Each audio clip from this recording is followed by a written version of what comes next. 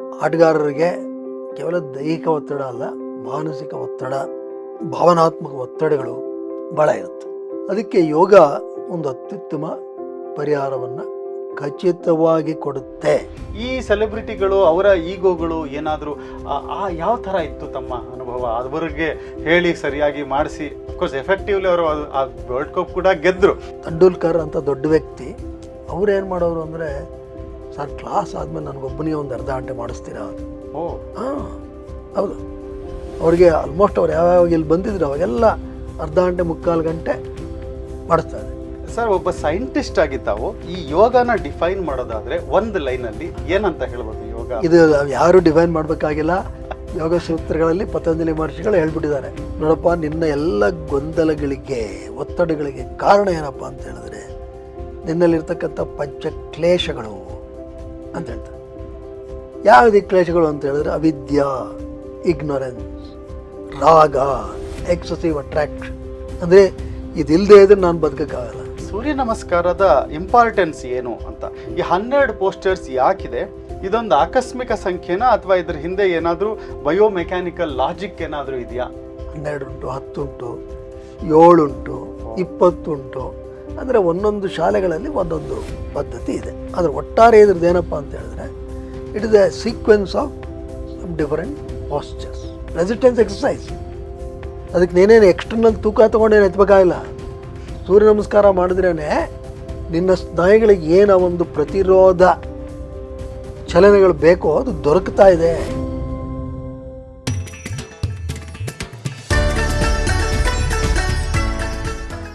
ಹರಿ ಓಂ. ನಿಮ್ಮ ಫೋನ್ ಕೆಳಗಡೆ ಇಡಿ, 1 ನಿಮಿಷ ನಾನು ಹೇಳೋದನ್ನ ಗಮನವಿಟ್ಟು ಕೇಳಿಸ್ಕೊಳ್ಳಿ. ನೀವು ಇವತ್ತು ಜಿಮ್ಗೆ ಹೋಗ್ತೀರಾ, 2,000 3,000 ತಿಂಗಳಿಗೆ ಮೆಂಬರ್ಶಿಪ್ ಕೂಡ ತಗೊಂಡಿರ್ತೀರಾ. ಅದೆಲ್ಲ ಇರಲಿ, ಆದರೆ ಒಂದು ಪ್ರಶ್ನೆ, ನಿಮ್ಮ ತಾತ, ನಿಮ್ಮ ಗ್ರ್ಯಾಂಡ್ ಫಾದರ್ ಇರ್ಬೋದು, ನಿಮ್ಮ ತಂದೆ ಇರ್ಬೋದು, ಎಷ್ಟು ಬಾರಿ ಜಿಮ್ಗೆ ಹೋಗಿದ್ರು ಹೇಳಿ? ಆದರೆ ಅವರು 80-90 ವರ್ಷ ಯಾವುದೇ ಮೆಡಿಸಿನ್ಸ್ ಇಲ್ಲದೆ, ಡಾಕ್ಟರ್ಸ್ ಇಲ್ಲದೆ ಸ್ಟ್ರಾಂಗ್ ಆಗಿ ಬದುಕಿದ್ರು. ಯಾಕೆ ಅಂದರೆ ಅವ್ರಿಗೊಂದು ಸೀಕ್ರೆಟ್ ಗೊತ್ತಿತ್ತು, ಅದು ನಮಗೆ ಮರ್ತು ಹೋಗಿದೆ.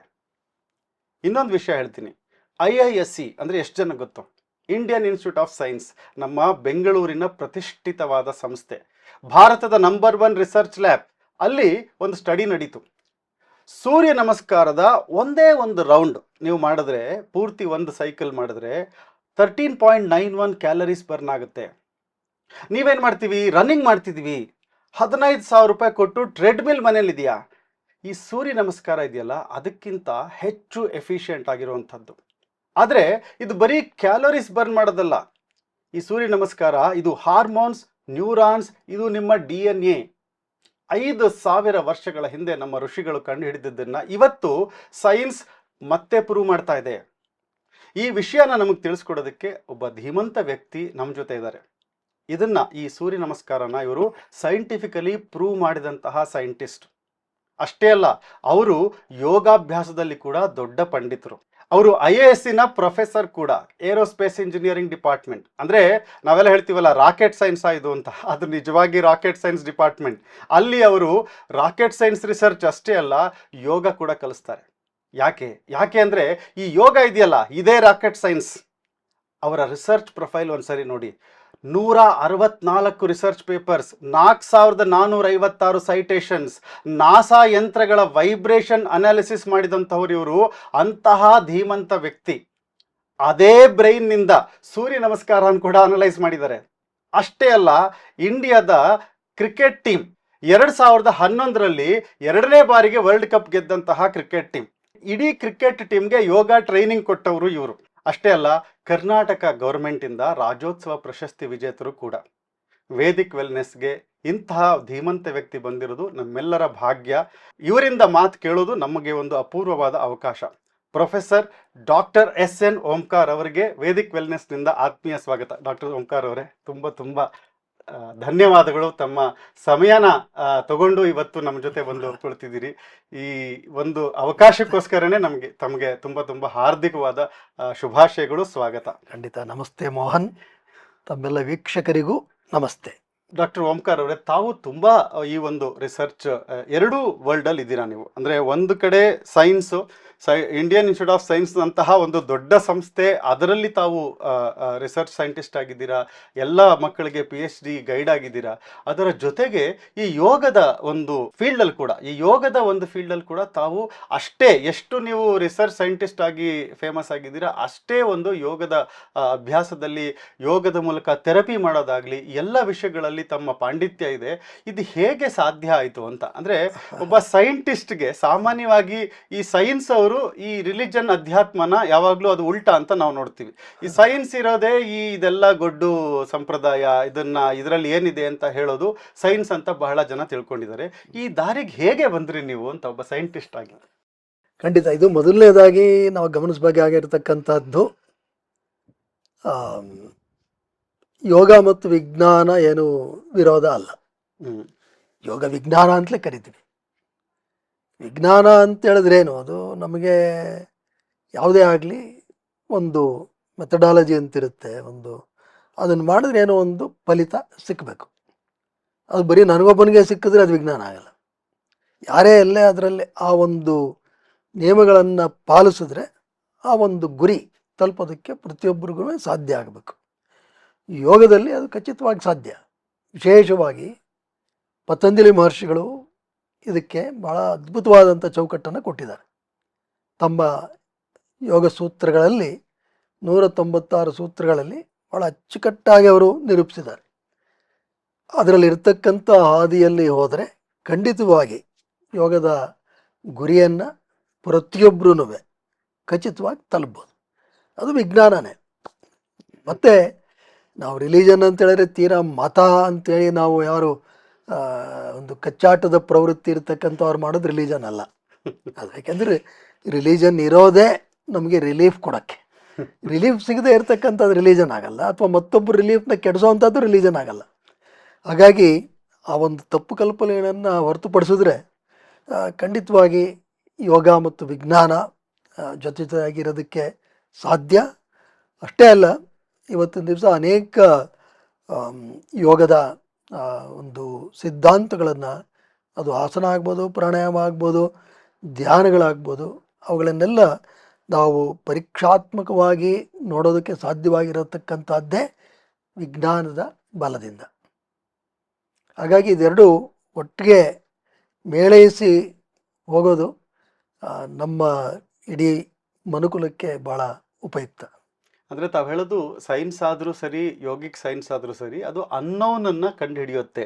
ನಮಗೆ ಗೊತ್ತಿಲ್ಲದೆ ಇರೋ ವಿಷಯನ ತಿಳ್ಕೊಳ್ಳೋದಕ್ಕೋಸ್ಕರ ಮಾಡುವಂತಹ ಒಂದು ಪ್ರೋಸೆಸ್ಸು. ಹಾಗಾಗಿ ಯೋಗ ಕೂಡ ಒಂದು ಸೈನ್ಸು. ಯಾಕಂದರೆ ನಮಗೆ ಗೊತ್ತಿಲ್ಲದೆ ಇರೋ ಆರೋಗ್ಯದ ಮಹತ್ವ, ಅಂತಃಶಕ್ತಿನ ಹೆಚ್ಚಿಸುವಂತಹದ್ದು ಯೋಗ ಅನ್ನೋದಾದರೆ ಅದು ಸೈನ್ಸ್ ಅನ್ನೋದನ್ನು ತಾವು ತಿಳಿಸ್ಕೊಟ್ರಿ. ಅಷ್ಟೇ ಅಲ್ಲ, ನಾವು ಈ ಸೈನ್ಸ್ ಅಂತ ಹೇಳಿದ್ರೇನು, whatever you do should be repeat any experiment. ಈ ಯಾರಿಗೂ ಒಬ್ಬರು ಕೆಲಸ ಆಗುತ್ತೆ, ಇನ್ಯಾರಿಗೂ ಕೆಲಸ. That is what differentiate between miracle and science. ಕೆಲವು ಮಿರಾಕಲ್ ನೋಡ್ತಾ ಇರ್ತೀವಿ ನಾವು, ತಪ್ಪು ಅಂತಿಲ್ಲ, ಅನೇಕ ಮಿರಾಕಲ್ಸ್ ನಾವೆಲ್ಲ ನೋಡೇ ಇದ್ದೀವಿ. ಆದರೆ ಅದನ್ನು ವಿಜ್ಞಾನ ಅಂತ ಯಾಕೆ ಒಪ್ಪಕ್ಕಾಗಲ್ಲ ಅಂತ ಹೇಳಿದ್ರೆ, ಎಲ್ರಿಗೂ ಅದು ಕೆಲಸ ಮಾಡಲ್ಲ, ಅದು ಕೆಲಸ ಮಾಡಲ್ಲ, ಬೇರೆ ಪ್ರಶ್ನೆ. ಆದರೆ ಈಗ ಇದು ಆ ಥರ ಇಲ್ಲ. ಯೋಗದ ಕೆಲವು ಪದ್ಧತಿಗಳು ಖಚಿತವಾಗಿ ನಮಗೆ ಗೊತ್ತು, ಇಂಥ ಇದನ್ನು ಮಾಡಿದ್ರೆ ಈ ಸಮಸ್ಯೆಗೆ ಪರಿಹಾರ ಖಚಿತ ಅಂತ. ಹಾಗಾಗಿ ಇದು ಒಂದು ವಿಜ್ಞಾನ. ಸರ್, ಒಬ್ಬ ಸೈಂಟಿಸ್ಟ್ ಆಗಿ ತಾವು ಈ ಯೋಗನ ಡಿಫೈನ್ ಮಾಡೋದಾದ್ರೆ ಒಂದು ಲೈನಲ್ಲಿ ಏನಂತ ಹೇಳ್ಬೋದು? ಯೋಗ ಇದು ಯಾರು ಡಿಫೈನ್ ಮಾಡಬೇಕಾಗಿಲ್ಲ. ಯೋಗ ಸೂತ್ರಗಳಲ್ಲಿ ಪತಂಜಲಿ ಮಹರ್ಷಿಗಳು ಹೇಳ್ಬಿಟ್ಟಿದ್ದಾರೆ. ಅದ್ಭುತವಾದಂಥ ಒಂದು ಸೂತ್ರ, ಯೋಗ ಚಿತ್ತ ವೃತ್ತಿ ನಿರೋಧ. ಅದೇ ಸರಿಯಾದಂತಹ ನಿಖರವಾದಂತಹ ಒಂದು ಲಕ್ಷಣ. ಯೋಗ ಅಂತ ಹೇಳಿದ್ರೆ ನಮ್ಮ ಚಿತ್ತ ಅಂತ ಹೇಳಿದ್ರೆ ಮನಸ್ಸು, ಅಲ್ಲಿ ಅನೇಕ ಯೋಚನೆಗಳು ಬರ್ತಾನೆ ಇರುತ್ತೆ. ಅದನ್ನು ನಿಲ್ಲಿಸು ಅಷ್ಟೆ. ಸುಮ್ಮನೆ ಏನೇನೋ ಆ ಟರ್ಬುಲೆನ್ಸ್ ಬೇಡ. ಚಿತ್ತ ವೃತ್ತಿಗಳು ನಿರೋಧಿಸು, ಅದನ್ನು ತಡೆ. ಯಾವಾಗಲೂ ಏನೋ ಯೋಚನೆ ಮಾಡಿ ಮಾಡಿ ಮಾಡಿ ನಮ್ಮಲ್ಲೆಲ್ಲ ಗೊತ್ತಿದೆಯೋ ಗೊತ್ತಿಲ್ವೋ ಅನೇಕರು ATMಗಳು ಹಾಕ್ಬಿಟ್ಟಿದ್ದಾರೆ. ಅಂದರೆ ಆಲ್ವೇಸ್ ಥಿಂಕಿಂಗ್ ಮೈಂಡ್ ಅಂತ. ಸೊ ಆ always thinking mind is wrong. ಅದನ್ನು ತಪ್ಪಿಸ್ಬೇಕು. ನಾವು ಆರಾಮಾಗಿರೋದಕ್ಕೆ ಸಾಧ್ಯ. ಸಾದಾ ಭಾಷೆಯಲ್ಲಿ ಹೇಳಬೇಕಾದ್ರೆ, ಸುತ್ತಮುತ್ತ ಜೀವನದಲ್ಲಿ ಏನಾದ್ರು ನಡೀತಾ ಇರಲಿ, ಆಂತರಿಕವಾಗಿ ತಣ್ಣಗಿರೋದೇ ಯೋಗ. ಸೂಪರ್ ಸರ್, ತುಂಬ ಚೆನ್ನಾಗಿ ತಿಳಿಸ್ಕೊಟ್ರು. ಸರ್ ಈಗ ನಮ್ಮದು ಈಗ ವೇದಿಕ್ ವೆಲ್ನೆಸ್ ಈ ಒಂದು ಚಾನಲ್ ಏನಿದೆ, ಸಂಸ್ಥೆ ಏನಿದೆ, ಇಲ್ಲಿ ನಮ್ಗೇನಂದರೆ ಈ ವೇದಗಳಲ್ಲಿ ಮತ್ತು ಸ್ಕ್ರಿಪ್ಚರ್ಸಲ್ಲಿ ಯೋಗ ಸಿದ್ಧಿಗಳಲ್ಲಿ ಏನಿದೆ, ಆರೋಗ್ಯಕ್ಕೆ ಮುಖ್ಯ ನಮಗೆ. ನಮ್ಮ ದೇಹದ ಆರೋಗ್ಯ, ಮನಸ್ಸಿನ ಆರೋಗ್ಯ ಮತ್ತು ಸಾಮಾಜಿಕದ ಒಂದು ಸ್ವಾಸ್ಥ್ಯ ಎಲ್ಲವನ್ನು ನಾವು ಕಾಪಾಡ್ಕೋಬೇಕು ಅಂದರೆ ಈ ಯೋಗದ ಬಗ್ಗೆ ಕೆಲವು ಪ್ರಶ್ನೆಗಳಿದೆ ನನಗೆ. ಸರ್ ನಾವೀಗ ಯೋಗ ಮಾಡಿದಾಗ ನಮ್ಮ ದೇಹದಲ್ಲಿ ಎಕ್ಸಾಕ್ಟ್ಲಿ ಏನು ನಡೆಯುತ್ತೆ ಅಂತ, ಈಗ ನರ್ವಸ್ ಸಿಸ್ಟಮ್ನಿಂದ ಶುರು ಮಾಡಿ ಅದನ್ನು ತಾವು ಎಕ್ಸ್ಪ್ಲೇನ್ ಮಾಡ್ಬೋದು. ಮೊಟ್ಟ ಮೊದಲನೇದಾಗಿ ಯೋಗ ಅಂತ ಹೇಳಿದ್ರೆ ಕೇವಲ ಆಸನ ಅಲ್ಲ, ಅದು ಪತಂಜಲಿಗಳ ಮಹರ್ಷಿಗಳು ಅಷ್ಟಾಂಗ ಯೋಗ ಪದ್ಧತಿಯನ್ನು ನೋಡಬೇಕು. ಆ ಅಷ್ಟಾಂಗ ಯೋಗ ಪದ್ಧತಿಯನ್ನು ವಿಶೇಷವಾಗಿ ಯಾಕೆ ಹೇಳ್ತೀವಿ ಅಂತ ಹೇಳಿದ್ರೆ, ಇವತ್ತಿನ ಪ್ರಪಂಚಕ್ಕೆ ಅತ್ಯಗತ್ಯವಾಗಿ ಬೇಕಾಗಿರತಕ್ಕಂತಹ ಒಂದು ಪದ್ಧತಿ ಅಷ್ಟಾಂಗ ಯೋಗ. ಅದ್ರ ಬಗ್ಗೆ ಆಮೇಲೆ ಸಮಯ ಇದ್ರೆ ಚರ್ಚೆ ಮಾಡೋಣ. ಆದರೆ ಈಗ ವಿಶೇಷವಾಗಿ ಯಾವುದೇ ಒಂದು ಆಸನ ಅಂತ ಇಟ್ಕೊಳ್ಳಿ, ಯಾಕೆಂದ್ರೆ ಅದು ಕಾಣಿಸುವಂಥ ಅಲ್ವೇ. ಹಾಗಾಗಿ ಒಂದು ಆಸನವನ್ನು ಮಾಡಿದಾಗ ಮೊದಲನೇದಾಗಿ ನಮ್ಮೊಳಗಡೆ ಆ ಒಂದು ಸ್ನಾಯುಗಳನ್ನು ಚಾಚುವಿಕೆಗೆ ಒಳಪಡಿಸೋದು ಅಂತ ಹೇಳಿದ್ರೆ ವಿರಮಿಸುತ್ತೆ. ಸಾಧಾರಣವಾಗಿ ಸ್ನಾಯುಗಳು ಸಂಕುಚನಗೊಳ್ಳುವಾಗ ಕೆಲಸಗಳು ನಡೆಯುತ್ತೆ. ಇದನ್ನು ವಿರಮಿಸಬೇಕು. ನಾವು ಅದನ್ನು ಚಾಚಿದಾಗ ಅದು ಒಳ್ಳೆಯ ವಿಶ್ರಾಂತಿಯನ್ನು ಪ್ರತಿಯೊಂದು ಸ್ನಾಯು ಪಡ್ಕೊಳ್ಳುತ್ತೆ. ಅಂದ್ರೆ ಮಸಲ್ ಸ್ನಾಯು ಅಂದ್ರೆ ಮಸಲ್. ಹೌದು, ತುಂಬಾ ಜನ ಕನ್ನಡದವರಿಗೆ ಸರಿ ಸ್ವಲ್ಪ ಪದಗಳು ಇಂಗ್ಲಿಷ್ ಪದಗಳು ಉಪಯೋಗಿಸಿದ್ರೆ ಮಾಡ್ಸೋಣ. ಆ ಮಸಲ್ಸ್ ಏನಾಗುತ್ತೆ, ನಾವು ಅನೇಕ ವೇಳೆ ನಮಗೆ ಏನೋ ಒಂದು ಒತ್ತಡ, ಎಮೋಷನಲ್ ಡಿಸ್ಟರ್ಬೆನ್ಸ್ ಇದೆ ಅಂತ ಹೇಳಿದ್ರೆ ಸಾಧಾರಣವಾಗಿ ನಾವು ತಲೆ ಕಡೆ ಕೈ ತೋರಿಸೋದೇ ಜಾಸ್ತಿ. ಆದರೆ ಅದು ಹಾಗಲ್ಲ. ಪ್ರತಿಯೊಂದು ಸ್ನಾಯುಗಳೂ ನಮ್ಮ ಭಾವನಾತ್ಮಕ ಏರುಪೇರುಗಳಿಗೆ, ಎಮೋಷನಲ್ ಡಿಸ್ಟರ್ಬೆನ್ಸಸ್ಗೆ ಸ್ಪಂದಿಸುತ್ತೆ. ಅದು ಭಾಳ ಖಚಿತವಾಗಿರ್ತಕ್ಕಂಥದ್ದು. ಹಾಗಾಗಿ ಅದಕ್ಕೆ ಅನೇಕರಿಗೆ ಇವತ್ತೊಂದು ದಿವಸ ನೋಡಿ, ಈ ಕುತ್ತಿಗೆ ಚಲನೆ ಇವತ್ತು ಎಷ್ಟು ಜನ ನಾವು ಜಾಸ್ತಿ ಮಾಡ್ತೀವಿ? ಏನು ಮಾಡೋದಿಲ್ಲ. ಎಲ್ಲಿರುತ್ತೆ? ನೀವು ಇಲ್ಲಿ ಮನೇಲಿ ಕೂತಿದ್ರೆ ಹಿಂಗೆ ಟಿ ವಿ ಪರದೆ ಮುಂದೆ ಹಿಂಗೆ ನೋಡೋದು. ಯಾಕೆ ಅಕ್ಕಪಕ್ಕದವ್ರನ್ನ ಮಾತಾಡ್ಸಲ್ಲ, ಕೈಯಲ್ಲಿ ಮೊಬೈಲ್ ಇರುತ್ತಲ್ಲ, ಈಗ ನೋಡೋದು. ಆಫೀಸ್ಗೆ ಹೋದ್ರೆ ಇಲ್ಲಿ ಆ ಲ್ಯಾಪ್ಟಾಪು ಇಷ್ಟೇ. ಆದ್ರೂ ಕುತ್ತಿಗೆ ನೋವು ಬರುತ್ತೆ, ಕೀಲ್ ನೋವು ಬರುತ್ತೆ. ಅದಕ್ಕೆ ಕೇವಲ ಪೂರ್ ಮೆಕ್ಯಾನಿಕಲ್ ಪೋಸ್ಚರ್ಸ್ ಅಷ್ಟೇ ಕಾರಣ ಅಲ್ಲ, ನಮ್ಮ emotional disturbances. Neck region is very very sensitive to such things.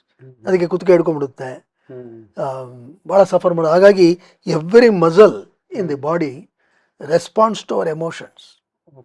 ಮೊದಲನೇದಾಗಿ ನೀವು ಆಸನವನ್ನು ಶ್ರದ್ಧೆಯಿಂದ ಮನಸ್ಸನ್ನಿಟ್ಟು ಅಭ್ಯಾಸ ಮಾಡಿದ್ರೆ ಆ ಸ್ನಾಯು ಚಾಚುವಿಕೆಯಿಂದ ಕೆಲವು ಕ್ಯಾಟಕಲಮೈನ್ಸ್ ಅಂತ ಕೆಲವು ಕೆಮಿಕಲ್ಸ್ ಎಲ್ಲ, ಅಂದರೆ ಒಂದು ನಮಗೆ ಉಲ್ಲಾಸವನ್ನು ನೀಡತಕ್ಕಂಥ ಕೆಲವು ಚೋದನಿಕಗಳು ಉತ್ಪನ್ನ ಆಗುತ್ತೆ, ನಿಜ. ಅದ್ರ ಜೊತೆಗೆ ನಮಗೇನೋ ಒಂಥರ ಹಗರ ಅನಿಸುತ್ತೆ. ಕಾರಣ ಏನಪ್ಪ ಅಂತ ಹೇಳಿದ್ರೆ it also provides emotional relief. ಅಂದ್ರೆ ಮನಸ್ಸಿಗೂ ನಮ್ಮ ಮಸಲ್ಗೂ ಡೈರೆಕ್ಟ್ ಕನೆಕ್ಷನ್. ಮನಸ್ಸು, ಉಸಿರು, ಈ ಒಂದು ಅಸ್ಥಿ ಸ್ನಾಯು ವ್ಯವಸ್ಥೆ, musculoskeletal system, they are all interlinked. ನಾವು ಅಕ್ಕಪಕ್ಕದವ್ರು ಒಬ್ಬರೊಬ್ಬರು ಕೇರ್ ಮಾಡಲ್ಲ, ಇರ್ಬೋದು. ಇಲ್ಲ ಆ ಥರ ಇಲ್ಲ ಪಾಪ, ಎಲ್ಲ ಸಹಬಾಳ್ವೆಯ ವ್ಯಕ್ತಿಗಳು. ಅದು ನೀನು ಒಂದು ಎಮೋಷ್ನಲ್ ಡಿಸ್ಟರ್ಬೆನ್ಸ್, ಅಯ್ಯೋ ನೀನೊಬ್ಬನೇ ಯಾಕೆ ಕೆಡಿಸ್ಕೋತೀಯಾ, ಅದ್ರ ಲೋಡ್ ನಾನು ತೊಗೋತೀನಿ ಅಂತ ಪಾಪ ತಗೊಳುತ್ತೆ ಅದು. ಆದ್ರೆ ಅತಿ ಆಗ್ಬಿಟ್ರೆ ಅದೇನು ಮಾಡುತ್ತೆ, ಅದಕ್ಕೊಂದು ಮಿತಿ ಇರುತ್ತೆ, ಅದು ತೊಂದರೆ ಕೊಡುತ್ತೆ. ಸೊ ಅಂದರೆ ನಾವು ಮಸಲ್ನ ರಿಲ್ಯಾಕ್ಸ್ ಮಾಡಬೇಕಾಗಿದ್ರೆ ಸರಿಯಾದ ಒಂದು ಪೋಸ್ಚರಲ್ಲಿ ಕೂತ್ಕೊಂಡು ಮೆಂಟಲಿ ಒಂದು ಏನಿದೆ ಪ್ರೊಸೆಸ್ ಅದನ್ನು ಮಾಡಬೇಕು. ಇದನ್ನು ಜೊತೆಗೆ ಎಮೋಷ್ನಲ್ ಇಂಬ್ಯಾಲೆನ್ಸಸ್ಸು, ಮನಸ್ಸಿನಲ್ಲಿರ್ತಕ್ಕಂಥ ಆತಂಕ, ಒತ್ತಡ, ಇವುಗಳನ್ನು ಕಮ್ಮಿ ಮಾಡ್ಕೋಬೇಕು, ಭಾಳ ಮುಖ್ಯ. ಸೊ ಆಸನ ಮಾಡೋದ್ರಿಂದ ಈ ಒಂದು ಮಸಲ್ ರಿಲ್ಯಾಕ್ಸೇಷನ್ ಅನ್ನ ಮಾಡಿದಷ್ಟು ಆಗುತ್ತೆ. ಈಗ ಡೈರೆಕ್ಟ್ ಆಗಿ ನಮಗೆ ಸ್ಟ್ರೆಸ್ಸನ್ನೇ ಕಡಿಮೆ ಮಾಡಬೇಕು ಅಂದ್ರೆ ಅದು ಯಾವ ಥರ ಯೋಗ ಹೇಗೆ ಹೆಲ್ಪ್ ಮಾಡುತ್ತೆ? ಒಳ್ಳೆ ಮನಸ್ಸಿನಿಂದ ದೇಹಕ್ಕೆ ಬಂದ್ರೆ ಅದನ್ನೇ ಸೋರ್ಸನ್ನೇ ನಾವು ಹೌದು ಸೋರ್ಸ್ನೇ ನೋಡ್ಬೇಕು. ಬ್ರೈನ್ ಅಲ್ಲಿ ಏನ್ ಕೆಲಸ ಮಾಡುತ್ತಿದ್ದು ಅಂತ ಅಂದ್ರೆ ನಮ್ಮ ಬ್ರೈನ್ ನೋಡಿ, brain is also one physical system. ಅದೇ ನಮ್ಮ ಹಾರ್ಡ್ವೇರ್ ಇದ್ದಂಗೆ ಪಾಪ. ನಾವು ಸಾಫ್ಟ್ವೇರ್ ಕೆಟ್ಟೋಗಿದ್ರೆ ಅದೇನು ನೀವು ಏನು ಇನ್ಸ್ಟ್ರಕ್ಷನ್ ಕೊಟ್ಟರೆ ಅದು ತಗಲಾಕತ್ತೆ. ಅದು ಇದ್ರ ವಿಶೇಷವಾಗಿ ಪತಂಜಲಿ ಮಹರ್ಷಿಗಳು ಏನು ಹೇಳ್ತಾರೆ ಅಂತ ಹೇಳಿದ್ರೆ, ನೋಡಪ್ಪ, ನಿನ್ನ ಎಲ್ಲ ಗೊಂದಲಗಳಿಗೆ, ಒತ್ತಡಗಳಿಗೆ ಕಾರಣ ಏನಪ್ಪ ಅಂತ ಹೇಳಿದ್ರೆ ನಿನ್ನಲ್ಲಿರ್ತಕ್ಕಂಥ ಪಂಚ ಕ್ಲೇಶಗಳು ಅಂತ ಹೇಳ್ತಾರೆ. ಯಾವ್ದು ಕ್ಲೇಶಗಳು ಅಂತ ಹೇಳಿದ್ರೆ ಅವಿದ್ಯಾ, ಇಗ್ನೊರೆನ್ಸ್, ರಾಗ, ಎಕ್ಸಸಿವ್ ಅಟ್ರಾಕ್ಷನ್, ಅಂದರೆ ಇದಿಲ್ಲದೆ ಇದ್ರೆ ನಾನು ಬದುಕಕ್ಕಾಗಲ್ಲ, ಅದೇನಾರಾಗಿರ್ಬೋದು. ದ್ವೇಷ, ಅವರ್ಷನ್, ಅಸ್ಮಿತಾ, ಈಗೋ, ಅಭಿನಿವೇಶ, fear of losing whatever I possess, including the fear of losing the body or fear of death. ಎಲ್ಲಿ ತನಕ ಇದು ನಿನ್ನಲ್ಲಿರುತ್ತೋ ಅಲ್ಲಿ ತನಕ ನೀನು ನೆಮ್ಮದಿಯಾಗಿರ್ಲಿಕ್ಕೆ ಸಾಧ್ಯ ಇಲ್ಲ. ಇವುಗಳಿಂದ ನೀನು ಬಿಡಿಸ್ಕೋಬೇಕು. ಆಗಷ್ಟೇ ಆ ಒಂದು ಶಾಶ್ವತವಾಗಿ ನಾವು ಆ ಒಂದು ಆನಂದ ಅಂತಕ್ಕಂಥದ್ದನ್ನು ಅನುಭವಿಸೋಕ್ಕೆ ಸಾಧ್ಯ. ಯಾವಾಗ ಈ ಥರದ ಕ್ಲಿಷ್ಟಕರವಾದಂತಹ ವೃತ್ತಿಗಳು ನಮ್ಮ ಮನಸ್ಸಿನಲ್ಲಿ ಬರಲ್ವೋ ಆಗ ಪತಂಜಲಿಗಳು ಹೇಳ್ತಾರೆ, ನೋಡಪ್ಪ, ಆಗ ತದಾ ದ್ರಷ್ಟು ಸ್ವರೂಪೇ ಅವಸ್ಥಾನಂ. ಆಗ ನಿನಗೆ ನಿನ್ನ ನಿಜ ಸ್ವರೂಪ ಗೊತ್ತಾಗ್ಬಿಡುತ್ತೆ ಕಣಯ್ಯ. ಅದಕ್ಕಿನ್ನೇನು ನಿಜ ಸ್ವರೂಪದಲ್ಲಿ ಹೆಚ್ಚಿಗೆ ಕಲಿಯತಕ್ಕಂಥದ್ದೇನಿಲ್ಲ. ನಿನಗೆ ಯಾಕೆ ನಿನಗೆ ಆನಂದದ ಅನುಭವ ಆಗ್ತಾ ಇಲ್ಲ ಅಂತ ಹೇಳಿದ್ರೆ ಆನಂದ ಎಲ್ಲಿಂದನೋ ಬಂದ್ಬಿಡುತ್ತೆ ಅಂತಲ್ಲ, ನಿನ್ನಲ್ಲಿ ಕೊಳಕಿದೆ, ಶುದ್ಧತೆ ಇಲ್ಲ, ಅಶುದ್ಧತೆ ಇದೆ. ಅವಿದ್ಯೆ, ಅಸ್ಮಿತಾ, ರಾಗ, ದ್ವೇಷ, ಅಭಿನಿವೇಶ, ಈ ಅಶುದ್ಧತೆ ತೊಡೆದು ಹಾಕ್ಬಿಟ್ರೆ ಸಾಕು, ಸ್ಪಷ್ಟ ನಿನ್ನ ನಿಜ ಸ್ವರೂಪ ನಿನಗೆ ಗೊತ್ತಾಗ್ಬಿಡುತ್ತೆ. ಅಷ್ಟೇ ಮಾಡಬೇಕಾಗಿರೋದು. ಅದಕ್ಕೆ ನಾ ಅಷ್ಟಾಂಗ ಯೋಗ ಪದ್ಧತಿಯನ್ನು ಪತಂಜಲಿಗಳು ತಂದರು. ಹ್ಯಾಕ್ ಪಾಲಿಸ್ಬೇಕು, ಇದನ್ನ ಹ್ಯಾಕ್ ಪಾಲಿಸ್ಬೇಕು, ಅದಕ್ಕೆ ಪತಂಜಲಿ ಹೇಳಿದ್ರೆ ಯಮ, ನಿಯಮ ಮೊದಲು ಹೇಳಿದ್ರು, ಆಮೇಲೆ ಆಸನದ ಬಗ್ಗೆ ಬಂದರು. ಯಮ ನಿಯಮದ ಹೇಳಿದ್ರು, ಅಹಿಂಸಾ, ಸತ್ಯ, ಅಸ್ಥೇಯ, ಬ್ರಹ್ಮಚರ್ಯ, ಅಪರಿಗ್ರಹ, ಯಮಃ. ಎಷ್ಟು ಚೆನ್ನಾಗಿದೆ ನೋಡಿ. ಇದು ಸಾಮಾಜಿಕ ಕಟ್ಟಳೆಗಳು ಅಂತ ಕರೀತಾರೆ. ನೋಡಪ್ಪ, ನೀನು ಚೆನ್ನಾಗಿರ್ಬೇಕು, ಸಮಾಜನೂ ಚೆನ್ನಾಗಿರ್ಬೇಕು. ಅದಕ್ಕೆ ಮೊದಲು ಅಹಿಂಸೆಯನ್ನು ಪಾಲಿಸು, ಹಿಂಸಾವೃತ್ತಿಯನ್ನು ತೊಡೆದಾಕು. ಹಿಂಸಾವೃತ್ತಿ ದೈಹಿಕವಾಗಿ, ಮಾನಸಿಕವಾಗಿ, ವಾಚಿಕವಾಗಿ. ಇವತ್ತು ದಿವಸ ನಾವು ರಸ್ತೆಯಲ್ಲಿ ರೋಡ್ ರೇಜ್ ನೋಡ್ತಾ ಇದ್ದೀವಿ. ಯಾವುದೋ ಒಂದು ಚಿಕ್ಕದು ಏನೋ ಒಂದು ಆಗುತ್ತೆ, ಅದಕ್ಕೆ ಏನು ಭಯಂಕರ ಹೊಡೆದಾಟಗಳು, ಕೊಲೆಗಳು ನಡೆದವತ್ತು ಯಾವುದೋ ಏನೋ ಒಂದು ಚಿಕ್ಕ ಮಾತಿಗೆ. ಪತಂಜಲಿ ಹೇಳ್ತಾರೆ, ನೋಡಪ್ಪ, ಇದಕ್ಕೆ ಹೋಗಬೇಡ, ಮನಸ್ಸಿನಲ್ಲೂ ಅದನ್ನು ಇಟ್ಕೋಬೇಡ. ಅಹಿಂಸೆ, ಸತ್ಯ, ಆನೆಸ್ಟಿ, ಅಹಿಂಸೆ, ಸತ್ಯ, ಅಸ್ಥೇಯ. ಅಸ್ಥೇಯ ಅಂದರೆ ಕಳ್ಳತನ ಮಾಡದೇ ಇರೋದು. ಕಳ್ಳತನ ಮಾಡಬೇಡ, ಇಟ್ ಇನ್ಕ್ಲೂಡ್ಸ್ ಎವ್ರಿಥಿಂಗ್. ಇವತ್ತಿನ ದಿವಸ ನೀವು ಯಾವುದೋ ಒಂದು ಒಳ್ಳೆ ಕೆಲಸ ಮಾಡಿರ್ತೀರಿ, ಇನ್ಯಾರು ಕದ್ದು ಬಿಡ್ತಾರೆ, ಅದನ್ನೂ ಸ್ಥೇಯನೇ. ಅದಕ್ಕೆ ಪತಂಜಲಿ ಹೇಳ್ತಾರೆ, ಅಸ್ಥೇಯ, ಯಾವುದೇ ರೀತಿಯಾದಂಥ ಕಳ್ಳತನ ಮಾಡಬೇಡ. ಬ್ರಹ್ಮಚರ್ಯ ಇವತ್ತಿದ್ದು ಬೇಕು. ಇವತ್ತು ನಮ್ಮ ಯುವಕ ಯುವತಿಯರಿಗೆ ಅತ್ಯಂತವಾಗಿ ದಾರಿ ತಪ್ಪಿಸ್ತಾ ಇರೋದೇ ಅಬ್ರಹ್ಮಚರ್ಯ, ಇತಿಮಿತಿ ಇಲ್ಲದ ಜೀವನ.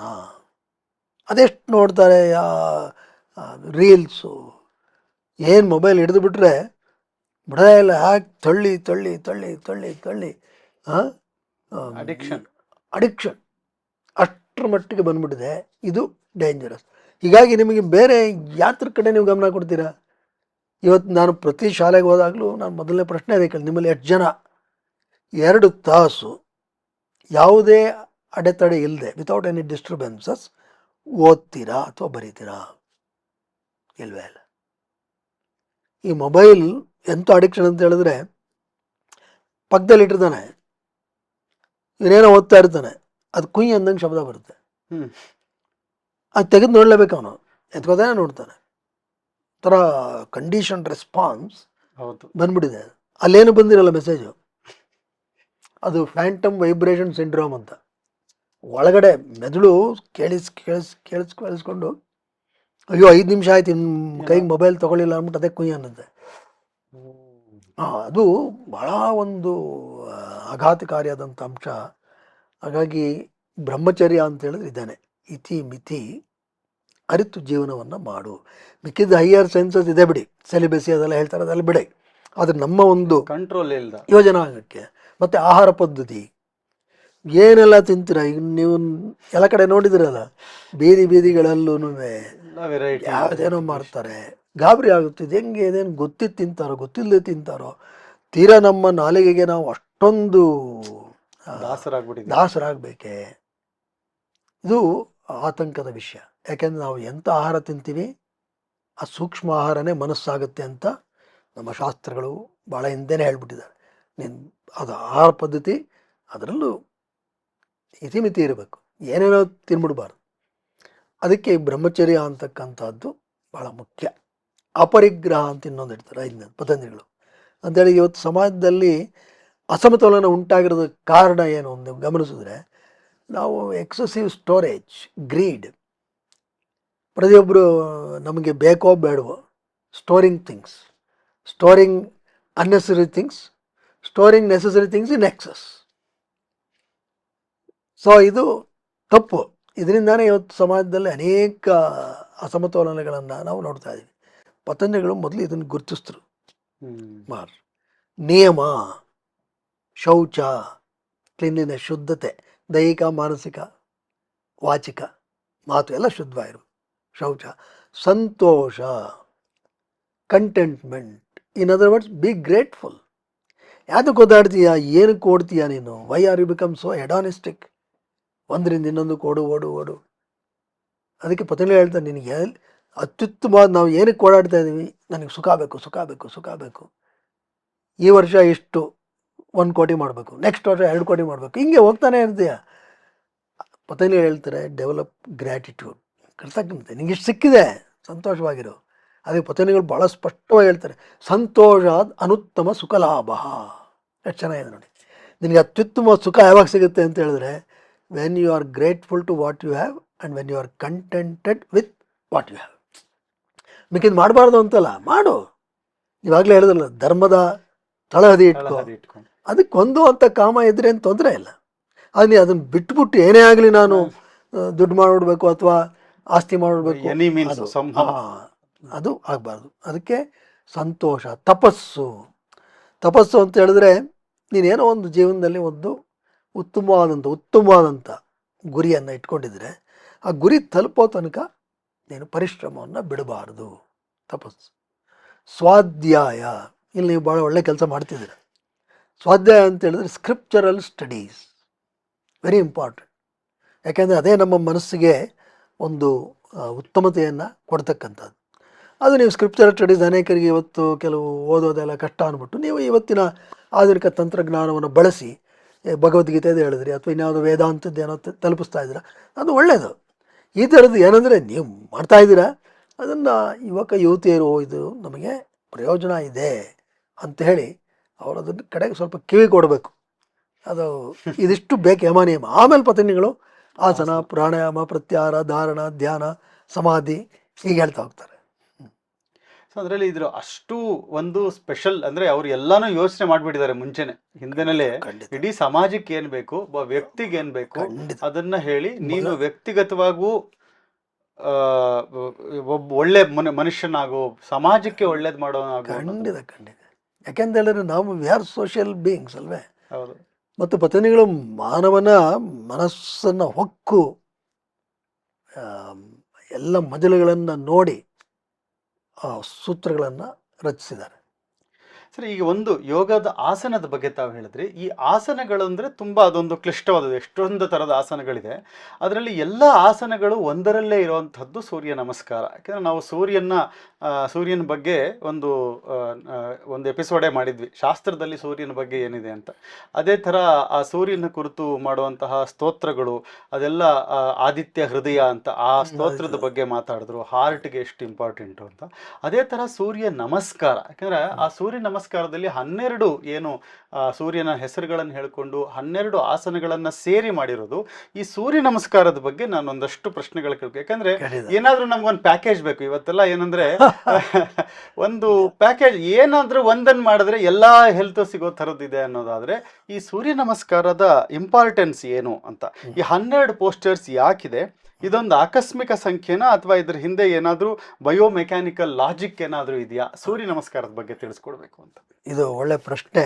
ಯಾಕೆ ಸೂರ್ಯ ನಮಸ್ಕಾರ ಇದೆ ಕಂಪ್ಲೀಟ್ ಬಾಡಿ ಮೈಂಡ್ ಪ್ರೋಗ್ರಾಮ್.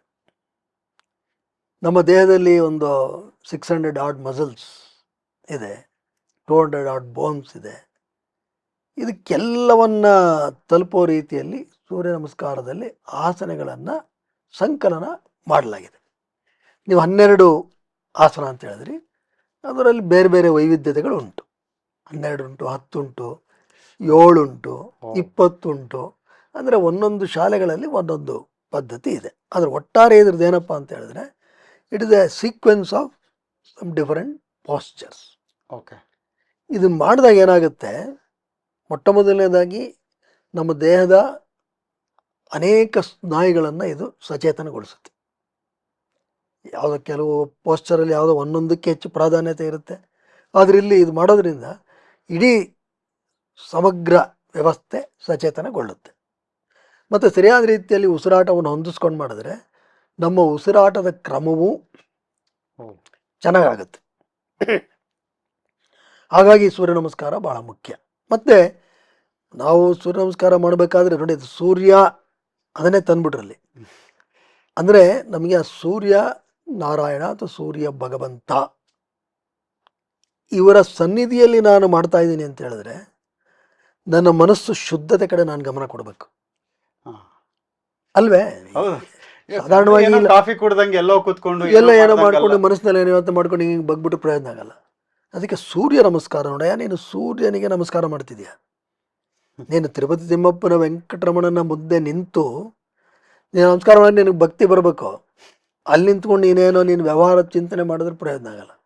ಅದಕ್ಕೆ ನಮಗೆಲ್ರಿಗೂ ಪ್ರತ್ಯಕ್ಷ ದೈವ ಅಂತ ಹೇಳೋದು ಸೂರ್ಯ. ಅದೇನು ಯಾರೂ ಅದನ್ನು ಅಲ್ಲಿಗಳಿಲಿಕ್ಕಾಗಲ್ಲ, ಯಾಕೆ ಪ್ರತ್ಯಕ್ಷವಾಗಿದ್ದಾನೆ. ಆದರೆ ಅವನ ಎದುರುಗಡೆನೇ ಆ ಬಿಸಿಲಲ್ಲಿ ಮಾಡಬೇಕು ಅಂತಲ್ಲ, ಬೆಳಗಿನ ಬಿಸಿಲಲ್ಲಿ ಮಾಡಿದ್ರೆ ಒಳ್ಳೆಯದು, ಅದಕ್ಕೆ ತನ್ನದೇ ಆದ ಪ್ರಯೋಜನ ಇದೆ. ಒಳಗಡೆ ಮಾಡಿದ್ರೂ ನಿನಗೆ ಈ ಭಾವನೆ ಇರಬೇಕು, ಅವನಿಗೋಸ್ಕರ ನಮಸ್ಕಾರ ಮಾಡ್ತಾ ಇದ್ದೀನಿ, ನನ್ನ ದೇಹವನ್ನು ಬಗ್ಗಿಸ್ತಾ ಇದ್ದೀನಿ. ಯಾತಕ್ಕೆ? ಸೂರ್ಯನಿಗೆ. ತನ್ನ ಮೂಲಕ ನಿನಗೇನಾಗ್ತಾ ಇದೆ, ನಿನ್ನ ಸ್ನಾಯುಗಳು ಹೇಗೂ ಕೆಲಸ ಮಾಡುತ್ತೆ. ಆದರೆ ನೀನು ನಮಸ್ಕಾರ ಅಂತ ಬಗ್ಗಿದಾಗ ನಿನ್ನ ಅಹಂ ತಗ್ಗಬೇಕು, ಈಗೋ ಅದು ಬರ್ತಲ್ಲಿ ಪ್ರಣಿಪಾತ ಅಷ್ಟಾಂಗ ನಮಸ್ಕಾರ ಎಲ್ಲ ಮಾಡ್ತೀವಿ, ಪೂರ್ತಿ ಕೆಳಗಡೆ ಹೋಗ್ತೀವಿ ಸೂರ್ಯನಿಗೆ. ನಿನಗೆ ಆ ಭಾವನೆ ನಿನ್ನಲ್ಲಿ ಇರಬೇಕು ಒಂದು. ಎರಡನೇದು, ಈಗ ಅನೇಕ ಕಡೆ ಏನಪ್ಪ ಬಂದಿದೆ ಅಂತ ಹೇಳಿದ್ರೆ, ಯೋಗ ಎಲ್ಲ ಪರವಾಗಿಲ್ಲ ರೀ, ಆದರೆ ನಿಮಗೆ ರೆಸಿಸ್ಟೆನ್ಸ್ ಎಕ್ಸಸೈಸ್ ಬೇಕು, ನೀವು ಒಂದಷ್ಟು ಏನಾದ್ರು ಸಲಕರಣೆಗಳನ್ನು ಎಳಿಬೇಕು, ಎತ್ತಬೇಕು ಅಂತ ಹೇಳ್ತಾರೆ. ನಾವು ಒಂದು ಅಧ್ಯಯನದಲ್ಲಿ ಗಮನಿಸ್ತೀವಿ, ಸೂರ್ಯ ನಮಸ್ಕಾರದಲ್ಲಿ ನಾವು ಮಾಡತಕ್ಕಂಥ ಸೂರ್ಯ ನಮಸ್ಕಾರದಲ್ಲಿ ನಮ್ಮ ದೇಹದ ಸ್ನಾಯುಗಳ ಮೇಲೆ ಸುಮಾರು ನಮ್ಮ ದೇಹದ ತೂಕದ ಸುಮಾರು 60% ತೂಕ ಬರುತ್ತೆ. That is resistance exercise. ಅದಕ್ಕೆ ನೀನೇನು ಎಕ್ಸ್ಟರ್ನಲ್ ತೂಕ ತೊಗೊಂಡೇನು ಎತ್ತಬೇಕಾಗಿಲ್ಲ. ಸೂರ್ಯ ನಮಸ್ಕಾರ ಮಾಡಿದ್ರೇ ನಿನ್ನ ಸ್ನಾಯುಗಳಿಗೆ ಏನೋ ಒಂದು ಪ್ರತಿರೋಧ ಚಲನೆಗಳು ಬೇಕೋ ಅದು ದೊರಕ್ತಾ ಇದೆ. ಹಾಗಾಗಿ ಸೂರ್ಯ ನಮಸ್ಕಾರ ಭಾಳ ಅದ್ಭುತ. ಮತ್ತು ಇದಕ್ಕೆ ಏನು ಸಲಕರಣೆಗಳು ಬೇಕಾ? ಯಾಕೆಂದರೆ ಇವತ್ತು ಯೋಗದಲ್ಲೂ ಅನೇಕ ಸಲಕರಣೆಗಳು ಬಳಸ್ತೀವಿ. ಯಾವ ಸಲಕರಣೆಯೂ ಬೇಡ, ಒಂದು ಮ್ಯಾಟ್ ಇದ್ದರೆ ಒಳ್ಳೆಯದು. ಇಲ್ಲದಿದ್ರೆ ಏನು ಒಂದು ಸಾಧಾರಣವಾದ ನೆಲ ಇದ್ದರೆ ಸಾಕು. 2 ಅಡಿ 4 ಅಡಿ ಅಥವಾ 5 ಅಡಿ ನೆಲ ಇದ್ದುಬಿಟ್ರೆ ಆರಾಮಾಗಿ ನೀನು ಯಾವ ಊರಿಗೆ ಹೋಗ್ತೀಯಾ, ಎಲ್ಲಿ ಹೋಗ್ತೀಯಾ, ಆರಾಮಾಗಿ ಮಾಡ್ಬೋದು. ಮತ್ತು ಇದು ಒಂದು ಸತಿ ನಿನಗೆ ಅಭ್ಯಾಸ ಆಗ್ಬಿಟ್ರೆ ಇದು ನಿನ್ನ ಜೀವನೋಪಾಧಿ ಕಾಪಾಡ್ತಾ ಇರುತ್ತೆ. ಒಂದು ಅರ್ಧ ಗಂಟೆ ಸೂರ್ಯ ನಮಸ್ಕಾರ ಮಾಡಿ ಒಂದು 10 ನಿಮಿಷ ಸುಮ್ಮನೆ ಕೂತು ಒಂದು 4 ಪ್ರಾಣಾಯಾಮನ ಏನಾದ್ರು ಮಾಡಿದ್ರೆ ಸಾಕು. ಬೇಕಾಷ್ಟು ಅನೇಕರಿಗೆ, ಏನು ಮಾಡೋಕ್ಕೆ ಆಗಲ್ಲ ಅನ್ನೋರಿಗೆ ಆಯಿತು, ಒಂದಷ್ಟು ಸೂರ್ಯ ನಮಸ್ಕಾರ ಮಾಡಿ ಒಂದು ಅರ್ಧ ಗಂಟೆ ಸುಮ್ಮನೆ ಅಯ್ಯೋ ಇಲ್ಲ ನಾನು ಎಲ್ಲ ಊರಲ್ಲಿ ಇರಲಿಲ್ಲ, ಆಯಿತು. ನೆಲ ಇಲ್ಲದೆ ಊರಿಗೆ ಹೋಗಕ್ಕೆ ಸಾಧ್ಯನಾ? ಭೂಮಿ ಇರಲೇಬೇಕಲ್ವೇ? ಸೊ ಮಾಡ್ಬೋದಲ್ಲ. ಅದಕ್ಕೆ ಇದನ್ನು ಒಂದು ಕಡ್ಡಾಯವಾದಂಥ ಅಭ್ಯಾಸವಾಗಿ ಮಾಡ್ಕೊಳ್ಳಿ ಅಂತ ನಾವು ಪ್ರತಿಯೊಬ್ಬರಿಗೂ ಹೇಳ್ತೀವಿ. ನಿಮಗೆ ಇನ್ನೇನು ಮಾಡೋಕ್ಕಾಗಲ್ಲ ಅನಿಸಿದ್ರೆ ಒಂದು 1/4 ಗಂಟೆನೋ 20 ನಿಮಿಷನೋ ಸೂರ್ಯ ನಮಸ್ಕಾರವನ್ನು ಮಾಡಿ. ಇದಕ್ಕೆ ನಿಮ್ಮ ಮನೋದೈಹಿಕ ವ್ಯವಸ್ಥೆಗೆ ಭಾಳ ಉತ್ತಮ. ತಾವು ಒಂದು ಈ ಸೂರ್ಯ ನಮಸ್ಕಾರದ ಒಂದು ರಿಸರ್ಚು ಇಂಡಿಯನ್ ಇನ್ಸ್ಟಿಟ್ಯೂಟ್ ಆಫ್ ಸೈನ್ಸಲ್ಲಿ ಮಾಡಿದಿರಿ, ಅದ್ರ ಬಗ್ಗೆ ತಿಳಿಸೋದಾದ್ರೆ, ಯಾಕಂದ್ರೆ ಅದರಲ್ಲೊಂದು ಇಷ್ಟು ಕ್ಯಾಲರಿ ಬರ್ನ್ ಆಗುತ್ತೆ ಅನ್ನೋದನ್ನೆಲ್ಲ ತಾವು ಮಾಡಿದ್ರಿ, ಅದ್ರ ಬಗ್ಗೆ ಸ್ವಲ್ಪ ವಿವರ. ಅಂದರೆ ಎನರ್ಜಿ ಎಕ್ಸ್ಪೆಂಡಿಚರ್ ಎಷ್ಟಾಗುತ್ತೆ ಅಂತ ಮಾಡಿದ್ವಿ. ಕ್ಯಾಲರೀಸ್ ಬರ್ನ್ ಆಗೋದು ಹೆಂಗೆ, ನಾವೊಂದು 108 ಸೂರ್ಯ ನಮಸ್ಕಾರ ಅನೇಕರು ಮಾಡ್ತೀವಿ. 108 ಸೂರ್ಯ ನಮಸ್ಕಾರ ಮಾಡಿದಾಗ ಎಷ್ಟು ಕ್ಯಾಲರಿ ಬರ್ನ್ ಆಗುತ್ತೆ ಇದೆಲ್ಲ ನಾವು ಅಧ್ಯಯನ ಮಾಡಿದ್ವಿ. ಮತ್ತು ನಾವು ಸೂರ್ಯ ನಮಸ್ಕಾರ ಮಾಡಬೇಕಾದ್ರೆ ಎಲ್ಲ ಕೀಲುಗಳು, ಮಣಿಕಟ್ಟು, ರಿಸ್ಟು, ನೀ, ಇದ್ರ ಮೇಲೆಲ್ಲ ಎಷ್ಟು ಒತ್ತಡ ಬರುತ್ತೆ ಓ. ಇದನ್ನು ಲೆಕ್ಕ ಹಾಕಿ, ಮತ್ತು ಈ ಮೂಮೆಂಟ್ ಬರುತ್ತೆ, ಟಾರ್ಕ್ ಹ್ಮ್. ಎಷ್ಟೆಷ್ಟು ಬರುತ್ತೆ, ಇದನ್ನ ಥ್ರೂ ಸಮ್ ಮ್ಯಾಥಮೆಟಿಕಲ್ ಮಾಡ್ಲಿಂಗ್ ಮಾಡಿದ್ವಿ. ನಾವು ಕಂಡುಕೊಂಡಂಥ ಸತ್ಯ ಏನಪ್ಪ ಅಂತ ಹೇಳಿದ್ರೆ, ಯಾಕೆಂದರೆ ಇವತ್ತು ವಾಕಿಂಗ್ ತುಂಬ ಜನ ಮಾಡ್ತಾರೆ, ಒಳ್ಳೆಯದು ವಾಕಿಂಗ್. ಈ ವಾಕಿಂಗಲ್ಲಿ ಈ ಕೀಲುಗಳ ಮೇಲೆ ಬರತಕ್ಕಂಥ ಒತ್ತಡಗಳಿಂತ ಕಮ್ಮಿ ಒತ್ತಡ ಸೂರ್ಯ ನಮಸ್ಕಾರದಲ್ಲಿ ಬರುತ್ತೆ. ಹ್ಮ್. ಆದರೆ ಸ್ನಾಯುಗಳು ಅಲ್ಲಿ ಯಾವ್ಯಾವ ಸ್ನಾಯುಗಳು ಕೆಲಸ ಮಾಡುತ್ತೋ ಅದಕ್ಕಿಂತ ಹೆಚ್ಚು ಸ್ನಾಯುಗಳು ಇಲ್ಲಿ ಸಕ್ರಿಯಗೊಳ್ಳುತ್ತೆ ಸೂರ್ಯ ನಮಸ್ಕಾರದಲ್ಲಿ. ಮತ್ತು ಅಲ್ಲಿ ಎಷ್ಟು ಕ್ಯಾಲರೀಸ್ ಬರ್ನ್ ಮಾಡ್ತಾರೆ ಇಲ್ಲೂ ಅಷ್ಟೇ ನೀವು ಬರ್ನ್ ಮಾಡಲಿಕ್ಕೆ ಸಾಧ್ಯ. ಹಾಗಾಗಿ ಸೂರ್ಯ ನಮಸ್ಕಾರ ಭಾಳ ಸುರಕ್ಷಿತವಾದಂಥ ಒಂದು ಅಭ್ಯಾಸ ಕ್ರಮ ಅಂತಕ್ಕಂಥದ್ದನ್ನು ನಾವು ಸೂಚಿಸಿದ್ವಿ. ಮತ್ತು ಈಗ ಅನೇಕ ಕಡೆ ಈ ಬಗ್ಗೆ ಪ್ರಯೋಗಗಳು ಮುಂದುವರಿತಾ ಇದೆ. ಈಗೆಲ್ಲ 3D ಕ್ಯಾಮ್ರಾ ಇದೆಲ್ಲ ಬಂದಿದೆ. ನಮ್ಮಲ್ಲೂ ಬಾಡಿ ಮಸ್ಕ್ಯುಲೋಸ್ಕೆಲಿಟಲ್ ಮಾಡ್ಲಿಂಗ್ ಎಲ್ಲ ಮಾಡಿ ನಾವು ಗಮನಿಸಿದ್ದೀವಿ. ಇದೊಂದು ಅತ್ಯುತ್ತಮವಾದಂಥ ಒಂದು ಕ್ರಮ. ಸರ್, ಈ ಒಂದು ಸಾಮಾನ್ಯ ನಮ್ಮ ಈ IT ಪ್ರೊಫೆಷನಲ್ಸ್ಗಳು, ಈ ಆಫೀಸ್ಗೆ ಹೋಗೋರಿಗೆ, ಇವ್ರಿಗೆಲ್ಲ ಒಂದು ಸಾಮಾನ್ಯ ಸಮಸ್ಯೆ ಅಂದರೆ ಬ್ಯಾಕ್ ಪೇನು. ಯಾಕಂದರೆ ತುಂಬ ಹೊತ್ತು ಒಂದೇ ಥರ ಕುರ್ಚಿನಲ್ಲಿ ಕೂತು ಕೆಲಸ ಮಾಡ್ತಾನೆ ಇರ್ತೀವಿ. ನೀವು ಹೇಳ್ದಂಗೆ ಹಂಗೆ ಕೀಬೋರ್ಡ್ ನೋಡ್ತಾ ಇರ್ತೀವಿ, ಮಾನಿಟರ್ ನೋಡ್ತಾ ಇರ್ತೀವಿ. ಇಂಥವ್ರಿಗೆ ಈ ಡಿಸ್ಕು, ವರ್ಟಿಬ್ರೆ ಪ್ರಾಬ್ಲಮ್ಸು, ನರ್ವಸ್ ಇಶ್ಯೂಸ್ಗಳು ಇದೆಲ್ಲ ಬರುತ್ತೆ. ಇದನ್ನು ಸೂರ್ಯ ನಮಸ್ಕಾರ ಈ ಸ್ಪೈನ್ಗೆ ಎಕ್ಸಾಕ್ಟ್ಲಿ ಏನು ಮಾಡುತ್ತೆ ಅಂತ ಒಂದೇನಾದರೂ ಅವ್ರಿಗೆ ಹೆಚ್ಚು ಅನುಕೂಲ ಆಗುತ್ತಾ ಇದನ್ನು ಮಾಡೋದ್ರಿಂದ? ಅಂದರೆ ಈ ಒಂದು ಬ್ಯಾಕ್ ಪೇನ್ ಯಾವಾಗಲೂ ಸಣ್ಣದಾಗಿ ಶುರು ಆಗಿರುತ್ತೆ. ಅವಾಗ ಡಿಸ್ಕ್ ತನಕ ಏನು ಹೋಗಿರಲ್ಲ. ಆಗಲೇ ಎಚ್ಚೆತ್ಕೊಂಡ್ರೆ ಸೂರ್ಯ ನಮಸ್ಕಾರ ಅದ್ಭುತ, ಏನು ಅನುಮಾನನೇ ಇಲ್ಲ. ಆಗಲೇ ಎಚ್ಚೆತ್ಕೊಂಡ್ರೆ, ಯಾವತ್ತು ಅಯ್ಯೋ ಅನಿಸುತ್ತೋ ಆವಾಗಲೇ ಎಚ್ಚೆತ್ಕೊಂಡು ಓಹೋ ನಾನು ಎಚ್ಚೆತ್ಕೋಬೇಕು.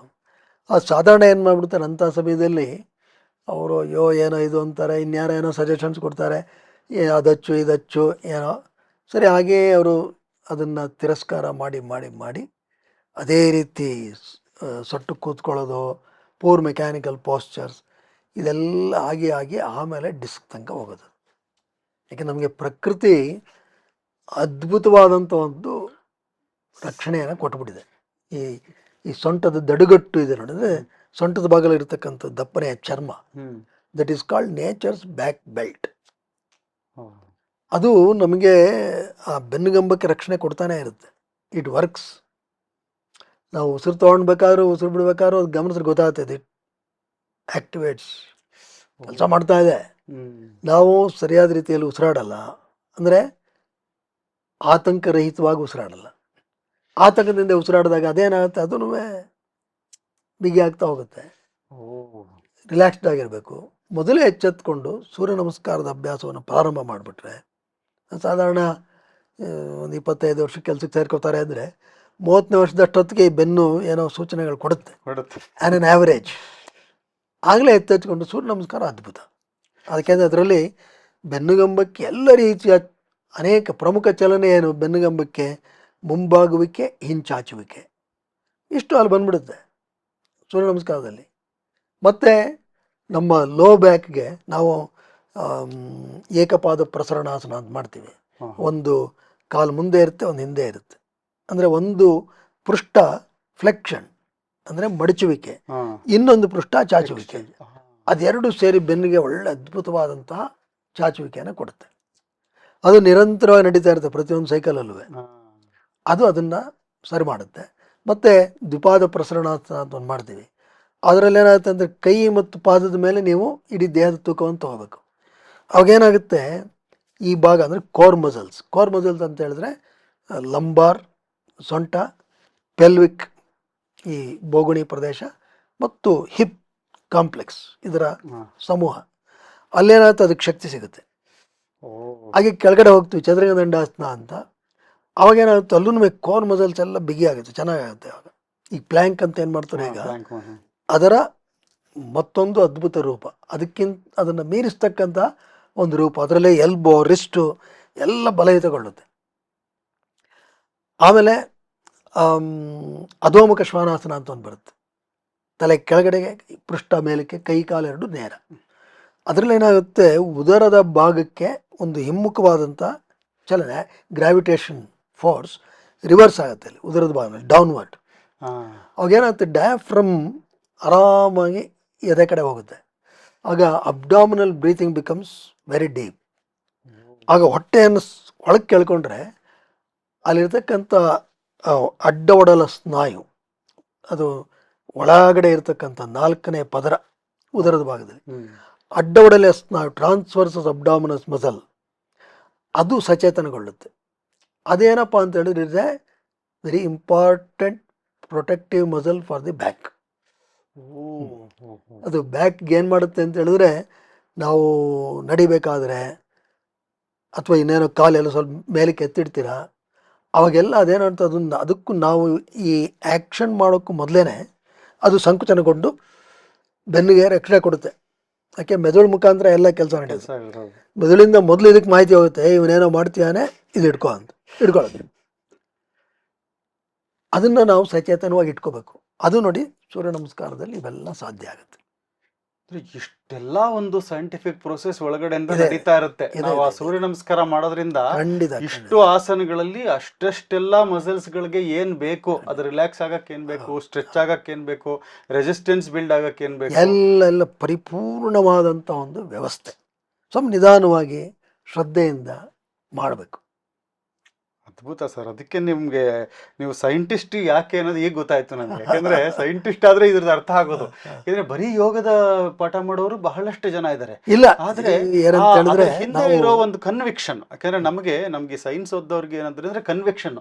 ನೀವೀಗ ಎಕ್ಸಾಕ್ಟ್ಲಿ ಹೇಳಿ ಈ ಮಸಲ್ಲು ಇಷ್ಟು ಟಾರ್ಕ್ ಆಯ್ತು, ಇಷ್ಟು ವರ್ಕ್ ಎಫೆಕ್ಟ್ ಆಯ್ತು ಅಂದ್ರೆ ನಮ್ಗೆ ಅದು ಕನ್ವಿನ್ಸಿಂಗ್ ಆಗುತ್ತೆ ನಮ್ಗೆ.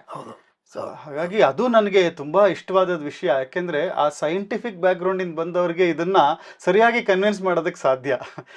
ತುಂಬಾ ಅದ್ಭುತವಾಗಿ ತಿಳಿಸಿದ್ರಿ ಡಾಕ್ಟರ್. ಇನ್ನೊಂದು ಸಣ್ಣ ವಿಷಯ ಓಂಕಾರ್ ಸರ್, ಈ ಸೂರ್ಯ ನಮಸ್ಕಾರದಲ್ಲಿ ಸೂರ್ಯ ಅನ್ನೋ ಹೆಸರಿದೆ. ಅಂದ್ರೆ ಸೋಲಾರ್ ಎನರ್ಜಿ ಮತ್ತೆ ಹ್ಯೂಮನ್ ಬಾಡಿ ಸರ್ಕ್ಯಾಡಿಯಂ ರಿದಮ್ ಅಂತ ನಾವೇನು ಹೇಳ್ತೀವಿ, ಇದ್ರ ಕನೆಕ್ಷನ್ ಏನಾದರೂ ಇದೆಯಾ ಸೈಂಟಿಫಿಕಲಿ ಅಂತ? ಅಲ್ಲ, ಮೊಟ್ಟ ಮೊದಲನೇದಾಗಿ ಏನಪ್ಪ ಅಂತ ಹೇಳಿದ್ರೆ, ಸೂರ್ಯನಿಂದಲೇ ಜೀವನ. ಹೌದು. ಅಂದ್ರೆ ನಾವು ಇದೀವಿ ಜೀವವಾಗಿ ಅಂತ ಹೇಳಿದ್ರೆ ಸೂರ್ಯ. ಅದನ್ನ ಯಾರು ಡಿಸ್ಪ್ಯೂಟ್ ಮಾಡೋಕ್ಕಾಗಲ್ಲ. ನೀನು ಸೂರ್ಯ ನಾರಾಯಣ ಅಂದಿದ್ರು ಪರವಾಗಿಲ್ಲ, ಅವನಿಲ್ಲದೆ ನೀನಿಲ್ಲ ಇಲ್ಲ. ಹಾಗಾಗಿ ಖಂಡಿತ ಬೇಕು. ಏನು ಬೇಕು? ಆ ಒಂದು surrendering to that supreme power ಅಲ್ವೇ. ನಿನ್ನಿಂದ ನಾನು ಇದ್ದೀನಿ ಅಂತ ಹೇಳಿದ್ರೆ ನಾನು ನಿನ್ನ ಮುಂದೆ ಶರಣಾಗತನಾಗಬೇಕು. ಆಗ ಈಗೋ ಕಮ್ಮಿ ಆಗುತ್ತೆ. ಎರಡನೇದು ಏನಪ್ಪ ಅಂತ ಹೇಳಿದ್ರೆ, ನಾವು ಆ ಬೆಳಗಿನ ಜಾವ ಸೂರ್ಯನ ಉದಯದ ಸಮಯ, ಅದಕ್ಕೂ ಪೂರ್ವಭಾವಿ ಇರ್ತಕ್ಕಂಥ ಬ್ರಾಹ್ಮಿ ಮುಹೂರ್ತ, ಆ ಮುಹೂರ್ತದಲ್ಲಿ ಒಂದು ಶಕ್ತಿ ಇದೆ. ನೀನು ಅದಕ್ಕೆ ಬೆಳಗ್ಗೆ ಬೇಗ ಎದ್ದರೆ, ವಿಶೇಷವಾಗಿ ಈ ಥರದ ಒಂದು ಆಧ್ಯಾತ್ಮಿಕ ಸಾಧನೆ ಎಲ್ಲಿ ಮನಸ್ಸಿನ ಪಾತ್ರ ಮಹತ್ತರವಾದ್ದಿದೆಯೋ, ಮನಸ್ಸಿನ ಪಾತ್ರ ಅಂತ ಹೇಳಿದ್ರೆ ಮನಸ್ಸು ಆಳವಾಗಿ ಒಳ ಹೋಗೋದಕ್ಕೆ ಅಥವಾ ಶಾಂತವಾಗೋದಕ್ಕೆ, ಅದಕ್ಕೆ ಆ ಅವಧಿಯೆಲ್ಲ ಪೂರಕ. ಇದಕ್ಕಿಂತ ಹೆಚ್ಚಿಗೆ ಏನಪ್ಪ ಅಂತ ಹೇಳಿದ್ರೆ, ನಾವು ಸೂರ್ಯನ ಗಮನಿಸಿದ್ರೆ ನಮ್ಗೆ ಗೊತ್ತಾಗುತ್ತೆ, ಸೂರ್ಯ ಅಂತ ಹೇಳಿದ್ರೆ ಶಿಸ್ತು. ಬೆಳಗ್ಗೆ ಎಷ್ಟೊತ್ತಿಗೆ ಉದಯ ಅಂದ್ರೆ ಉದಯ. ಇವನು ಅಲಾರಾಮ್ ಇಟ್ಕೊಂಡು ಮಲ್ಕೊಳ್ಳೋವನು ಹೇಳ್ತಾನೋ, ಅಲಾರಾಮ್ 4 ಗಂಟೆಗೆ ಇಟ್ಟಿರ್ತಾನೆ, ಹೇಳೋದು ಎಷ್ಟೊತ್ತಿಗೆ ಹೇಳ್ತಾನೆ ಗೊತ್ತಿಲ್ಲ. ಅದಕ್ಕೆ ಮೊದಲನೇ ಸೂರ್ಯ ನಮಸ್ಕಾರದ ಮೊದಲನೇ ಮೆಸೇಜ್ ಏನಪ್ಪ ಅಂತ ಹೇಳಿದ್ರೆ, ನೋಡಪ್ಪ ನನ್ನ ಹೆಸರು ನಮಸ್ಕಾರ ಮಾಡ್ತಿದ್ದೀಯ ಅಂತ ಹೇಳಿದ್ರೆ ಡಿಸಿಪ್ಲಿನ್, ಶಿಸ್ತು ಫಸ್ಟು. ನಿನ್ನ ಶಿಸ್ತಿಲ್ಲದೆ ಏನು ಮಾಡಿದ್ರೆ ಏನು ಪ್ರಯೋಜನ ಇಲ್ಲ. ಹಾಗಾಗಿ ಶಿಸ್ತು ಭಾಳ ಮುಖ್ಯ. ಎರಡನೇದು ಮುಖ್ಯದು ಈಗಾಗಲೇ 3 ಪಾಯಿಂಟ್ ಆಯಿತು. ಇನ್ನೊಂದು ಏನಪ್ಪ ಅಂತೇಳಿ ಇವತ್ತಿನ ದಿವಸ ಎಲ್ಲ ವಿಟಮಿನ್ ಡಿ ಕೊರತೆ. ಕಾರಣ ಏನಪ್ಪ ಅಂದರೆ ಎಲ್ಲ AC ವಾತಾವರಣದಲ್ಲಿ ತುಂಬ ಕಾಲ ಕಳೀತಾ ಇದ್ದೀವಿ. ಅದ್ರ ಬದಲು ಸೂರ್ಯನೊಂದಿಗೆ ಒಂದು ಸ್ವಲ್ಪ ಒಡನಾಟ ಇಟ್ಕೋ. ಯಾವಾಗಲೂ ಒಂದಷ್ಟು ದಿವಸ, ಒಂದು ದಿನದಲ್ಲಿ ಒಂದು 15-20 ನಿಮಿಷನಾದರೂ ನಿನ್ನ ಮೈಯನ್ನು ಸೂರ್ಯನ ಬೆಳಕಿಗೆ ಒಡ್ಕೋ, ಆರಾಮಾಗಿ ಮಾಡು. ಮತ್ತು ಬೆಳಗಿನ ಜಾವದಲ್ಲಿ ಸೂರ್ಯನನ್ನು ನೋಡ್ತಕ್ಕಂಥದ್ದು ಇದು ಭಾಳ ಮುಖ್ಯ. ಅದು ಒಂದು it can be A great meditative process. ನೀವು ಸೂರ್ಯನನ್ನು ಕಣ್ಣು ಮುಚ್ಕೊಂಡೆ ಸುಮ್ಮನೆ ಆ ಸೂರ್ಯನ ಬೆಳಕು ಕಣ್ಣು ಮುಚ್ಚಿರುವ ಕಣ್ಣು ಮೇಲೆ ಬಿದ್ದರೂ ಬೆಳಗಿನ ಜಾವದ್ದು ನಿಮಗೆ ಒಂಥರ ಗೋಲ್ಡನ್ ಯೆಲ್ಲೋ ಕಲರ್ ಒಳಗಡೆ ಕಾಣಿಸುತ್ತೆ. ಕಾಣಿದಾಗ ಹಾಗೆ ಅದರಲ್ಲೇ ಯು ಕ್ಯಾನ್ ಜಸ್ಟ್ ಮರ್ಜ್. ನಿನ್ನ ಮನಸ್ಸಿನೆಲ್ಲೂ ಹೋಗಲ್ಲ ಅಷ್ಟೇ. ಅದೊಂದು ಅದ್ಭುತವಾದ ಅನುಭವ. ಇದೆಲ್ಲ ಸೂರ್ಯನಿಂದ ನಾವು ಪಡಿಬಹುದಾದಂತಹ ಅದ್ಭುತ ಪ್ರಯೋಜನಗಳು. ಹಾಗಾಗಿ ಇದಕ್ಕೆ ಸೂರ್ಯ ನಮಸ್ಕಾರ ಅಂತಿಟ್ಟಿರೋದು ಭಾಳ ಪ್ರಸ್ತುತವಾಗಿರ್ತಕ್ಕಂಥದ್ದು. ತುಂಬ ಚೆನ್ನಾಗಿ ತಿಳಿಸಿದ್ರಿ ಸರ್. ಅಂದರೆ ಇದು ಕೇವಲ ಒಂದು ಯಾವುದೋ ಆಧ್ಯಾತ್ಮಿಕ ಸೂರ್ಯ ಭಗವಂತ ನಾರಾಯಣ ಅಲ್ಲ, ಅವನಿಲ್ಲದೆ ನಮ್ಮ ಜೀವನನೇ ಇಲ್ಲ. ಜೀವನೇ ಇಲ್ಲ. ನೋಡಿ, ನಮ್ಮಲ್ಲಿ ಸೂರ್ಯನಾರಾಯಣ ಅನ್ನೋದಕ್ಕೆ ಹಿನ್ನೆಲೆ ಇದೇನೆ. ಭಗವಂತ ಅಂದ್ರೇನು? ಭಗ ಅಂತ ಹೇಳಿದ್ ದಾರಿ ತೋರಿಸೋನು ಭಗವಂತ. ಸೂರ್ಯನೇ ನಮಗೆ ದಾರಿ ತೋರಿಸೋದು ಎಲ್ಲದಕ್ಕೂ.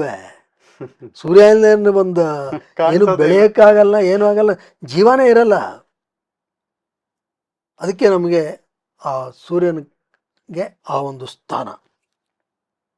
ಸರ್, ತಾವು ಮುಖ್ಯವಾಗಿ ಈ ಒಂದು ಯೋಗದ ಒಂದು ಬರೀ ರಿಸರ್ಚ್ ಅಷ್ಟೇ ಅಲ್ಲ, ಎಷ್ಟೋ ಜನರು ತಮ್ಮ ಶಿಷ್ಯರು ಯೋಗ ಟೀಚರ್ಸ್ಗಳಾಗಿದ್ದಾರೆ ಇವತ್ತು.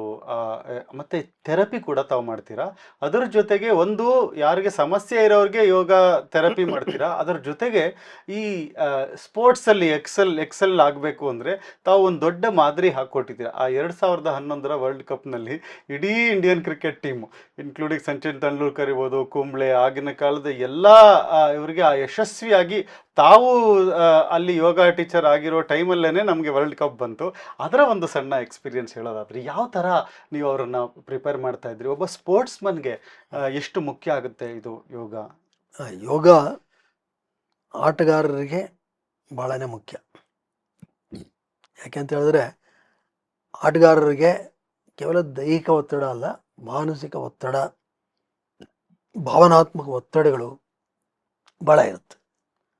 ಅದಕ್ಕೆ ಯೋಗ ಒಂದು ಅತ್ಯುತ್ತಮ ಪರಿಹಾರವನ್ನು ಖಚಿತವಾಗಿ ಕೊಡುತ್ತೆ. ಅದನ್ನು ನಾವು ಸರಿಯಾದ ರೀತಿಯಲ್ಲಿ ಅಳವಡಿಸಿಕೊಳ್ಳಬೇಕು. ಆದರೆ ನಮ್ಮಲ್ಲಿ ಇವತ್ತಿಗೂ ಇದನ್ನು ಪ್ರಾಮಾಣಿಕವಾಗಿ ಅಳವಡಿಸಿಕೊಂಡಿಲ್ಲ. ಇವತ್ತಿಗೂ ನಮ್ಮಲ್ಲಿ ಏನೋ ಯಾವುದೋ ಬೇರೆ ಪದ್ಧತಿ, ಅದು ಚೆನ್ನ ಅಂತಕ್ಕಂಥದ್ದೇ ಇದೆ. ಆದರೆ ಯೋಗ ಭಾಳ ಪರಿಪೂರ್ಣವಾಗಿರ್ತಕ್ಕಂಥದ್ದು. ಮೊಟ್ಟ ಮೊದಲನೇದೊಂದು ಯೋಗ ಮನಸ್ಸಿನ ಮೇಲೆ ಕೆಲಸ ಮಾಡುತ್ತೆ. ಮನಸ್ಸು ಚೆನ್ನಾಗಿಟ್ಕೊ. ಇವತ್ತು ಆಟದಲ್ಲಿ ಏನಾಗ್ಬಿಟ್ಟಿದೆ, ಸ್ಪರ್ಧಾತ್ಮಕತೆ ವಿಪರೀತ. ಅಂದರೆ ಕಾಂಪಿಟೇಟಿವ್ ಸ್ಪೋರ್ಟ್ಸ್. ನೀವು ಯಾವುದಾದ್ರು ಒಂದು ಭಾಳ ಉತ್ತಮ ಮಟ್ಟದಲ್ಲಿ ಆಟ ಆಡ್ತಾ ಇದ್ದರೆ ಅನೇಕ ವೇಳೆ ಆ ಗಾಬರಿ ಇರುತ್ತೆ. ಏನಾದ್ರು ಇಂಜುರಿ ಆಗ್ಬಿಟ್ರೆ, ಈ ಮ್ಯಾಚ್ ಮಿಸ್ ಆಗಿಬಿಟ್ರೆ ನೆಕ್ಸ್ಟ್ ಇನ್ಯಾರು ಬಂದ್ಬಿಡ್ತಾರೋ, ನನ್ನ ಕತೆ ಏನಾಗ್ಬಿಡುತ್ತೆ, ಇದು ಭಾಳ ಒತ್ತಡ ಉಂಟು ಮಾಡಿಬಿಡುತ್ತೆ. ಈ ಯೋಗ ಮಾಡೋದ್ರಿಂದ ಈ ಥರದ್ದೆಲ್ಲ ತಪ್ಪುತ್ತೆ. ಪತಂಜಲಿಗಳು ಭಾಳ ಸ್ಪಷ್ಟವಾಗಿ ಹೇಳಿದ್ದಾರೆ, ಯಮ ನಿಯಮ ಅಳವಡಿಸ್ಕೋ. ಮೊದಲು ನಿನ್ನ ಫಿಟ್ನೆಸ್ ಲೆವೆಲ್ ನೋಡೋಣ, ನಿಮ್ಮ ಮನಸ್ಸು ಚೆನ್ನಾಗಿಟ್ಕೋ. ಅವಾಗ ಏನನ್ಸುತ್ತೆ, ಆಲ್ ರೈಟ್, ಇಷ್ಟಾಗಿದೆ, I am okay, contented, I am grateful to what I have got. ಮಿಕ್ಕಿದ ಏನಾಗುತ್ತೋ ಆಗಲಿ. ಆಗೇನಾಗ್ಬಿಡುತ್ತೆ, ನೀವು ಮಾಡೋ ಕೆಲಸ ಮಾಡ್ತೀರಾ, ಬರೋದು ಬರುತ್ತೆ, ಆದರೆ ಮನಸ್ಸಿನಲ್ಲಿ ಆತಂಕ ಇಲ್ಲ. ಆತಂಕವಿಲ್ಲದೆ ಮನಸ್ಸಿನಲ್ಲಿ ನಿಮ್ಮ ಆಟ ಏನಾಗುತ್ತೆ, ಚೆನ್ನಾಗಾಗುತ್ತೋ ಕೆಟ್ಟದಾಗುತ್ತೋ? ಚೆನ್ನಾಗುತ್ತೆ. ಆತಂಕ ಇಲ್ಲ ನೋಡಿ. ಅವರಿಗೆ ಪರ್ಫಾರ್ಮೆನ್ಸ್ ಪ್ರೆಷರ್ ಇರುತ್ತೆ. ಕಂಟಿನ್ಯೂಸ್ ಆಗಿ ಹೊಡಿ ಫಾರ್ಮ್ ಅಲ್ಲಿ ಇರೋನು ಒಂದು ಸರಿ ಔಟ್ ಆಗ್ಬಿಟ್ಟ, ಜನ ಎಲ್ಲ ನೋಡಿ ಒಳ್ಳೆ ಮ್ಯಾಚ್ ಗೆದ್ರೆ ಏನ್ ಅವ್ರನ್ನ ಕರ್ಕೊಂಡ್ ಬರೋದಕ್ಕೆ ಎಷ್ಟು ಸೆಲೆಬ್ರೇಟ್ ಮಾಡ್ತಾರೋ. ಅವ್ರ ಮನೆ ಕಲ್ಲು ಹೊಡಿತಾರೆ. ವರ್ಲ್ಡ್ ಕಪ್ ಸೋತ್ರೆ ಮನೆ ಮುಂದೆ ದೊಡ್ಡ ಗಲಾಟೆ ಮಾಡ್ತಾರೆ, ಕೆಟ್ಟದಾಗಿ ಟ್ರೋಲ್ ಮಾಡ್ತಾರೆ. ಹೌದು ಹೌದು. ಇದರಲ್ಲಿ ಯೋಗದ ಪ್ರಮುಖ ಪಾತ್ರ. ಮನಸ್ಸಿಗೆ ಅದು ಸರಿಯಾದಂಥ ತಳಹದಿಯನ್ನು ಕೊಡುತ್ತೆ. ನೋಡಪ್ಪ, ಇದ್ರ ಮೇಲೆ ಏನು ಕೆಲಸನಾದ್ರು ಮಾಡು. ಆಮೇಲೆ ಆಸನಗಳು, ವಿಶೇಷವಾಗಿ ಪ್ರಾಣಾಯಾಮ. ಯಾಕೆ ಇವತ್ತಿನ ದಿವಸ ಅನೇಕ ಅವಘಡಗಳಿಗೆ ಕಾರಣ ಏನಪ್ಪ ಅಂತ ಹೇಳಿದ್ರೆ, ನಾವು ದೇಹಕ್ಕೆ ಅತಿ ಹೆಚ್ಚು ಪ್ರಾಮುಖ್ಯತೆ ಕೊಟ್ಬಿಡ್ತಾ ಇದೆ. ಆದರೆ ಒಳಗಡೆ ಇರೋ ಲೇಯರ್ ಅನ್ನಮಯ ಅಂದರೆ ಗ್ರಾಸ್ ಬಾಡಿ, ಅದ್ರ ಕೆಳಗಡೆ ಬರೋದೇ ಪ್ರಾಣಮಯ, ಅದ್ರ ಕೆಳಗಡೆ ಇರೋದು ಮನೋಮಯ. ಮನೋಮಯಕ್ಕೂ ಅನ್ನಮಯಕ್ಕೂ ಭದ್ರವಾದ ಬುನಾದಿ ಪ್ರಾಣಮಯ. ನೀವೇನು ಪ್ರಾಣ ದೇವರು ಅಂತ ಹೇಳ್ತೀರೋ, ಸುಮ್ಮನೆ ಪ್ರಾಣ ದೇವರು ಅಂತ ಹೇಳಿಲ್ಲ. ವಾಯುವನ್ನು ನಾವು ಸುಮ್ಮನೆ ವಾಯುದೇವ ಅಂದ್ಬಿಡ್ಲಿಲ್ಲ. ನಮ್ಮವರು ಭಾಳ ವೈಜ್ಞಾನಿಕವಾಗಿ ಯೋಚನೆ ಮಾಡಿ, ಹೇಗೆ ಸೂರ್ಯ ಭಗವಂತ ಅವನಿಲ್ಲದೆ ಜೀವನ ಇಲ್ವೋ, ವಾಯು ಸರಿ ಇಲ್ಲದೆ ನಿನಗೆ ಜೀವನ ಇಲ್ಲ. ಅದಕ್ಕೆ ಪ್ರಾಣಾಯಾಮದ ಪದ್ಧತಿಗಳು ಬಹಳ ಬಹಳ ಮುಖ್ಯ. ಈ ಪ್ರಾಣ ಶಕ್ತಿ ಚೆನ್ನಾಗಿದ್ದರೆ ನಿನಗೆ ತುಂಬ ಅವಘಡಗಳಾಗಲ್ಲ. ಎಷ್ಟೋ ಕೆಲವು ದೈಹಿಕ ಪರಿಮಿತಿಗಳನ್ನು ನೀನು ದಾಟಿ ನಿಲ್ಲಬಹುದು. ಅದಕ್ಕೆ ಪ್ರಾಣಾಯಾಮ ಇಂಪಾರ್ಟೆಂಟು. ಹಾಗೆಯೇ ಧ್ಯಾನ, ಮೆಡಿಟೇಷನ್ ಇದನ್ನೆಲ್ಲ ಪರಿಪೂರ್ಣವಾಗಿ ಅಳವಡಿಸ್ಕೊಂಡ್ರೆ ಆಟಗಾರರಿಗೆ ಅದು ಭಾಳ ಅದ್ಭುತ. ಯಾಕೆ ಪತಂಜಲಿಗಳು, ನೀವು ಇವತ್ತಿನ ದಿವಸದ ಅನೇಕ ಪಾಸಿಟಿವ್ ಸೈಕಾಲಜಿ ಪುಸ್ತಕಗಳು ಓದ್ಬಿಟ್ಟು ಆಮೇಲೆ ಯೋಗ ಸೂತ್ರ ಓದಿದ್ರೆ ನಮ್ಗೆ ಅರ್ಥ ಆಗುತ್ತೆ ಎಷ್ಟು ಅದ್ಭುತ ಈ ಪತಂಜಲಿಗಳು. 250 BC ಆಗಲೇ ಇದನ್ನೆಲ್ಲ ಯೋಚನೆ ಮಾಡಿ ತಳೆ ಹಾದಿ ಹಾಕಿ ಕೊಟ್ಬಿಟ್ಟಿದ್ದಾರಲ್ಲ. ಆಗ ಪತಂಜಲಿಗಳಲ್ಲಿ ನಮಗೆ ಮತ್ತಷ್ಟು ಪೂಜ್ಯ ಭಾವನೆ ಬೆಳೆಯುತ್ತೆ. ಎಂಥ ಅದ್ಭುತ ಕೆಲಸ ಮಾಡಿಕೊಟ್ಟಿದ್ದಾರೆ. ಅವರೇನು ಒಂದು ವ್ಯಾಲ್ಯೂಮ್ ಬರೀಲಿಲ್ಲ, 196 ಸೂತ್ರಗಳಷ್ಟೇ. ನೀವೊಂದು A4 ಸೈಜ್ ಶೀಟಲ್ಲಿ ಹಿಂದೆ ಮುಂದೆ ಬರೆದು ಬಿಡ್ಬೋದು ಅಷ್ಟೇ. ಅಷ್ಟರಲ್ಲಿ ಇಡೀ ಸಾರ ಸರ್ವಸ್ವವನ್ನು ಹಿಡಿದಿಟ್ಟಿದ್ದಾರೆ. ಹಾಗಾಗಿ ಅದನ್ನು ಅದೇ ರೀತಿಯಲ್ಲಿ ಅವರು ಯಾವ ಒಂದು ಸ್ಪಿರಿಟಲ್ಲಿ ಹೇಳಿದಾರೋ ಅದನ್ನು ಹಾಗೆಯೇ ಅಳವಡಿಸಿಕೊಂಡರೆ ಖಂಡಿತವಾಗಿ ನಮ್ಮ ಎಲ್ಲ ಆಟಗಾರರು ಭಾಳ ಅದ್ಭುತವಾಗಿ ಆಗಲಿಕ್ಕೆ ಖಚಿತವಾಗಿ ಸಾಧ್ಯ ಇದೆ. ಇದರಲ್ಲಿ ಯಾವ ಅನುಮಾನವೂ ಬೇಕಾಗಿಲ್ಲ. ಆದರೆ ಅದನ್ನು ನಾವು ಪ್ರಾಮಾಣಿಕ ಪ್ರಯತ್ನ ಮಾಡಬೇಕು, ಅದು ಭಾಳ ಮುಖ್ಯ.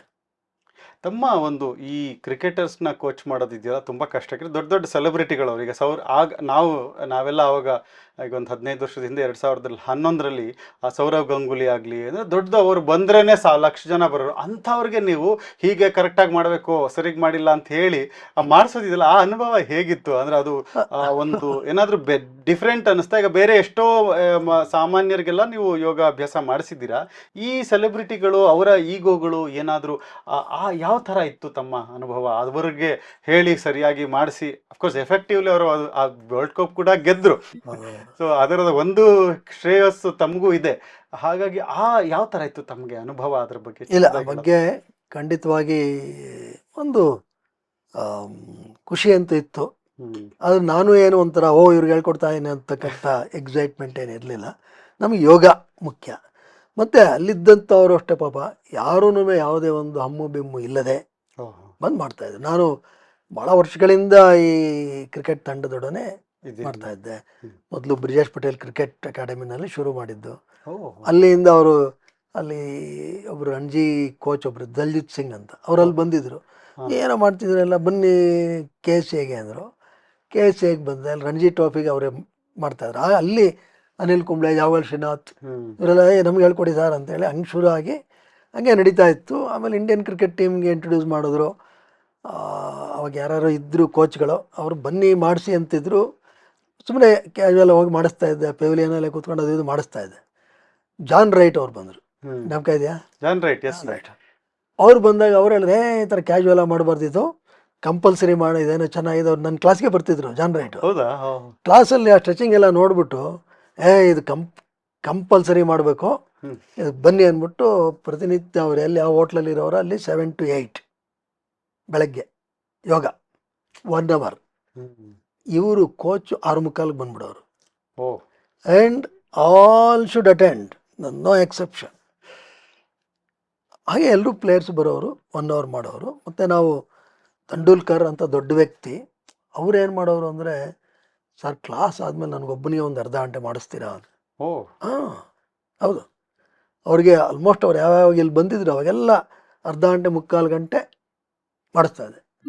ಅವರು ಎಷ್ಟು ಅವ್ರ ಶ್ರದ್ಧೆ ಎಷ್ಟಿತ್ತು ಅಂತ ಹೇಳಿದ್ರೆ, ಯಾಕೆಂದ್ರೆ ಅವ್ರಿಗೆ 8 ಗಂಟೆಗೆ ಆದಮೇಲೆ ತಿರ್ಗಾ ಹೋಗಿ ರೆಡಿಯಾಗಿ ಬಂದು ತಿಂಡಿ ತಿನ್ಕೊಂಡು 9 ಗಂಟೆಗೆ ಹೊರಡ್ಬಿಡ್ಬೇಕು. ಅವ್ರು ಅದು ಸ್ನಾನ ಎಲ್ಲ ಮಾಡ್ಕೊಂಬಂದ್ಬಿಡೋರು.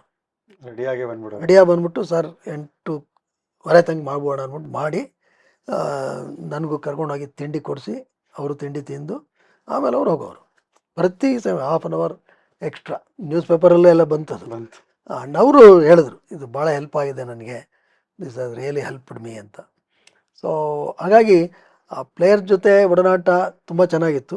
ಬಟ್ ಪಾಪ ಅವ್ರು ಯಾರೂ ನಾನು ದೊಡ್ಡ ಸೆಲೆಬ್ರಿಟಿ ಅಂತೇನು ಅವ್ರು ಯಾರೂ ಎಲ್ಲೂ ಎಂದೂ ಬಿಂಬಿಸ್ಕೊಳ್ಳಿಲ್ಲ. ಮತ್ತು ವಿಶೇಷವಾಗಿ ನಮ್ಮ ಕರ್ನಾಟಕದ ಆಟಗಾರರಂತೂ ಕೈ ಮುಗಿಬೇಕು. They are all very great people. ಅವ್ರು ಎಷ್ಟೇ ಒಂದು ಇಂಟರ್ನ್ಯಾಷನಲ್ ಸೆಲೆಬ್ರಿಟಿಗಳಾದ್ರೂ ಕಲಿಕೆಯ ವಿಷಯ ಬಂದಾಗ ಅದ್ಭುತ. ಯಾಕೆಂದರೆ ಇವರು ನಮ್ಮ ಅನಿಲ್ ಕುಂಬ್ಳೆ, ರಾಹುಲ್ ದ್ರಾವಿಡ್, ಜಾವಗಲ್ ಶ್ರೀನಾಥ್ ಈ ಇಂಡಿಯನ್ ಕ್ಯಾಂಪ್ ಇಲ್ಲದೇ ಇದ್ದಾಗಲೂ ನಮ್ಮ ಮನೆಗೆ ಬರೋರು, ಬಂದು ಅಲ್ಲೇ ಕ್ಲಾಸಲ್ಲಿ ಮಾಡೋರು. ಹೀಗೆ ಒಂದು ನಿಜವಾಗ್ಲೂ ಅವರಿಂದ ಆ ಒಂದು ಅಹಂ ಇಲ್ಲದೆ ಇರುವಿಕೆಯನ್ನು ಪ್ರತಿಯೊಬ್ಬರು ಕಲಿಬೋದು. ಅಷ್ಟು ಸರಳರು. ಅದು that I have really enjoyed. ಅಂದ್ರೆ ಏನೇ ಒಂದು ಸಾಧನೆ ಮಾಡಬೇಕು ಅಂದ್ರೆ ಇದು ತುಂಬಾ ಮುಖ್ಯ ಅಂತ ಅನ್ಸುತ್ತೆ. ಖಂಡಿತ ಅಲ್ವಾ? ಖಂಡಿತ ಈ ಒಳ್ಳೆ ಒಂದು- ಮಾತು ಹೇಳಿದ್ರಿ. ಅದು ಕ್ರಿಕೆಟ್ ಇರ್ಲಿ, ಎಲ್ಲೇ ಆದ್ರೂ- ಡಾಕ್ಟರ್ ಇರ್ಲಿ, ಸೈಂಟಿಸ್ಟ್ ಇರ್ಲಿ, ಎಲ್ಲ ಆ ಒಂದು ಕ್ವಾಲಿಟಿ ತುಂಬಾ ಮುಖ್ಯ. ಕಲಿಯುವಂಥದ್ದು ಮುಖ್ಯ ಮುಖ್ಯ ಮುಖ್ಯ. ಅದು ತುಂಬಾ ಚೆನ್ನಾಗಿ ತಿಳಿಸಿದ್ರಿ. ಇದೇ ಇದನ್ನು ಗ್ರೆಗ್ ಚಾಪಲ್ ಬಂದರು ಆಮೇಲೆ, ಹಾ. ಜಾನ್ ರೈಟ್ ಆದಮೇಲೆ. ಹಾ. ಆವಾಗ ನನಗೆ ಗೊತ್ತಿರಲಿಲ್ಲ ಇವ್ರೇನು ಮುಂದುವರಿಸ್ತಾರೋ ಇಲ್ವೋ ಏನು ಅಂತ. ಅವ್ರು ಬಂದಾಗ ಅವರು ಫಟ್ಟೆ ಹೇಳ್ಬಿಟ್ರು ಹ್ಮ್. ಎಲ್ಲ. ಜಾನ್ ರೈಟ್ ಹತ್ರ ಹೇಳಿದ್ದಾರೆ ಅವ್ರು ನನಗೆ, ಹ್ಮ್. ಯೋಗ ಈ ಥರ ಇದೆ, ನೀವು ಮಾಡಬೇಕು ಅಂತ. ಅಲ್ಲೆಲ್ಲೋ ITC ಗ್ರ್ಯಾಂಡ್ ಹೋಟ್ಲಲ್ಲಿ ಇದ್ದರು. ಒಂದು ಈವ್ನಿಂಗು ನನ್ನ ಕರೆದ್ರು, ಇನ್ನು ಅವ್ರು ಫಸ್ಟ್ ಇಲ್ಲಿ ಬಂದಾಗ. ಹ್ಮ್. ಹೋಗಿ ಮೀಟ್ ಮಾಡಿದೆ, ಏನು ಹೇಳ್ತಾರೆ ಏನು ಅಂತ. You should come, same format will follow. Hmm. I heard it is very good, will all do ಅಂತ. ಸೊ ಹಾಗಾಗಿ ಅದು ಗ್ರೆಗ್ ಚಾಪಲ್ ಇರೋ ತನಕ ಅದು ಕಡ್ಡಾಯವಾದ ರೀತಿಯಲ್ಲಿ ಮುಂದುವರಿತು. ಅಂದ್ರೆ ಒಂದು ದೊಡ್ಡ ಸಾಧನೆಗೆ ಇದು ಅಷ್ಟು ಅನುಕೂಲ ಆಗುತ್ತೆ ಅಂದ್ರೆ, ನಮ್ಮ ಜೀವನದಲ್ಲಿ ಸಣ್ಣ ಸಣ್ಣ ಪ್ರಾಬ್ಲಮ್ಗೆ ಅಷ್ಟೊಂದೆಲ್ಲ ಒದ್ದಾಡ್ತೀವಿ. ದಿನ ಒಂದು ಮೈಕೈ ನೋವು, ನಿದ್ದೆ ಬರಲ್ಲ, ಅಂದ್ರೆ ಯಾವುದೋ ಒಂದು ದೊಡ್ಡ ಕಾಯಿಲೆ ಅಂತಲ್ಲ, ಆ ಜೀವನನೇ ಅದ್ಭುತವಾಗಿ ನಡೆಸುವಂಥದ್ದು, ಆ ಸುಖಮಯವಾಗಿ ನಡೆಸುವಂಥ ಸಾಧನ ನಾವು ಇಟ್ಕೊಂಡು, ಅಷ್ಟು ಸಿಂಪಲ್, ದುಡ್ಡು ಖರ್ಚಿಲ್ಲ, ನಿಮಗೆ ಟ್ರೆಡ್ಮಿಲ್ ಬೇಡ, ಏನೂ ಬೇಡ, ಆದರೂ ಒಂದು ಸೂರ್ಯ ನಮಸ್ಕಾರ ಮಾಡೋದಕ್ಕೆ ಜನ ಇಷ್ಟು ಮಾಡೋದೇ ಇಲ್ಲ, ಎದ್ದೇಳೋದೇ ಇಲ್ಲ. ತಾವು ಹೇಳ್ದಂಗೆ, ನೀವು ಹೇಳ್ದಂಗೆ ಆ ಫೋನ್ ಅಡಿಕ್ಷನ್ ಜಾಸ್ತಿ ಆಗಿದೆ.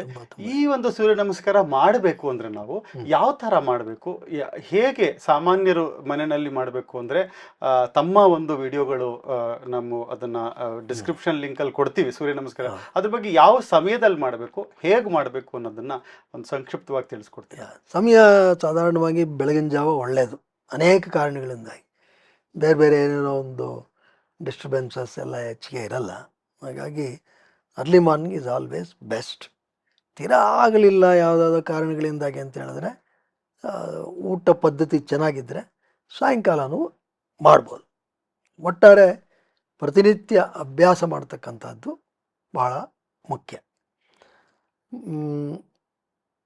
ಮತ್ತು ಇದರಲ್ಲಿ ಭಾಳ ದೊಡ್ಡ ತೊಡಕೇನಪ್ಪ ಅಂತ ಹೇಳಿದ್ರೆ, ಮುಂದೂಡುವ ಮನೋಭಾವ. ಗೊತ್ತು ಸೂರ್ಯ ನಮಸ್ಕಾರದ ಬಗ್ಗೆ ಯಾರನ್ನೇ ಕೇಳಿ ಅಲ್ಲಿ ಗೊತ್ತು, ಗೊತ್ತ್ರಿ ಅಂತಾರೆ. ಮಾಡ್ರಿ ಅಂದರೆ ಇಲ್ಲ ನಾಳೆ ಮಾಡೋಣ, ನಾಳಿದ್ದು ಮಾಡೋಣ.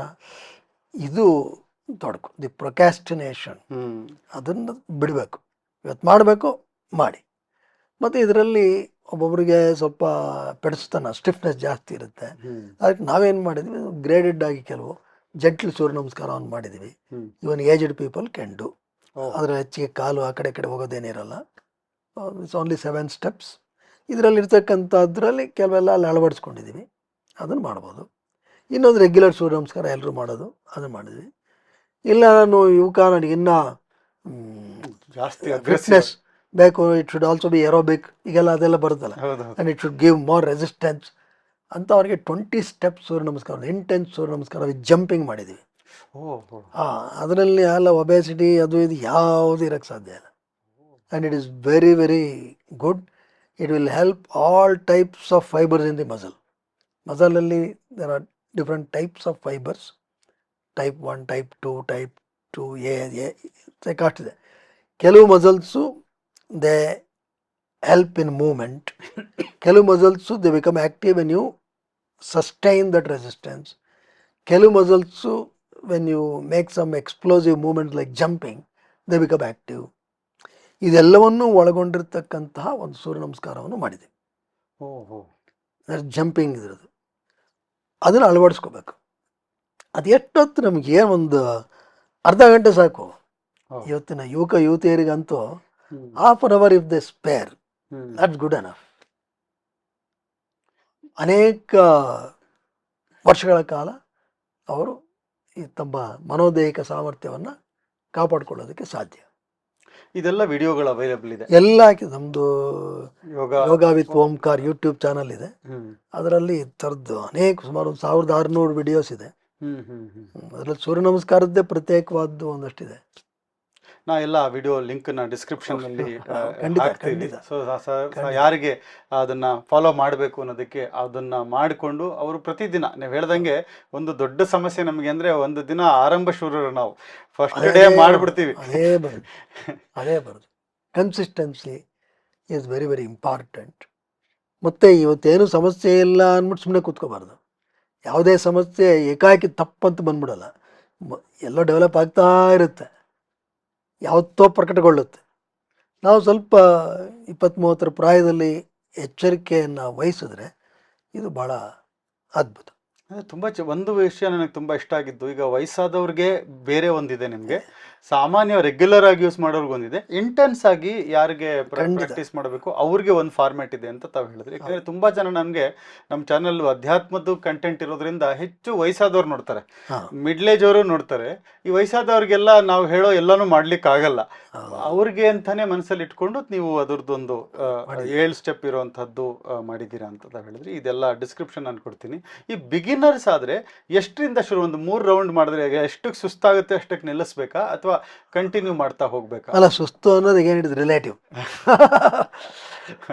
ಹಾಗಾಗಿ ಉತ್ತಮ ಏನಪ್ಪ ಅಂತ ಹೇಳಿದ್ರೆ ಅವ್ರದ್ದು ಬೇರೆ ದೈಹಿಕ ಸಮಸ್ಯೆಗಳೇನು ಇಲ್ಲದೇ ಇದ್ದರೆ ಅಂಥವ್ರೊಂದು 12 ಸೌರ್ಯ ನಮಸ್ಕಾರವನ್ನು ನಿಧಾನಕ್ಕೆ ಮಾಡಿ, 12ಕ್ಕೆ 12 ನಿಮಿಷ ತೊಗೊಳುತ್ತೆ ಅಷ್ಟೇ, ಅಷ್ಟೇ, ಇನ್ನೇನಿಲ್ಲ.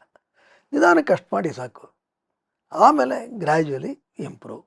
ಆರಂಭಿಕದಲ್ಲಿ ಏನೋ ಒಂದು ಸ್ನಾಯು ಸ್ವಲ್ಪ ಇದೀನಿ ಅಂತ ತೋರಿಸ್ಕೊಳ್ಳುತ್ತೆ, ಪರವಾಗಿಲ್ಲ, ಆರಾಮಾಗಿ ಸ್ವಲ್ಪ ಪೇನ್ ಬರುತ್ತೆ, ಅದು ಹೆಲ್ತಿ ಪೇನ್. ಅದು 1 ವಾರ 2 ವಾರದಲ್ಲಿ ಸರಿ ಹೋಗ್ಬಿಡುತ್ತೆ. ಅಂದ್ರೆ ಒಂದು ದಿನ ಮಾಡಿದಾಗ ತಕ್ಷಣ ನೆಕ್ಸ್ಟ್ ಡೇ ಪೇನ್ ಬರುತ್ತೆ ನಮಗೆ. ಆ ಪೇನ್ ಇದೆ ಅಂತ ನಾವು ಮಾಡಲ್ಲ, ಅದನ್ನೇ ಒಂದು ಕಾರಣ ತಗೊಂಡ್ಬಿಡ್ತೀವಿ. ಅದು ಆ ಥರ ಆಗದೆ ನಿಧಾನಕ್ಕೆ ದಯವನ್ನು ಪಳಗಿಸ್ಬೇಕು. ಅದಕ್ಕೆ ನಿಮ್ಮದೇ ಆದ ರೀತಿಯಲ್ಲಿ ವಯೋಧರ್ಮ ಮನೋಧರ್ಮ ನೋಡಿಕೊಂಡು ಒಟ್ಟಾರೆ ಏನಪ್ಪ ಪ್ರತಿನಿತ್ಯ ಮಾಡ್ತೀನಿ ಅನ್ನೋದು ಮನಸ್ಸು ಬರಬೇಕು.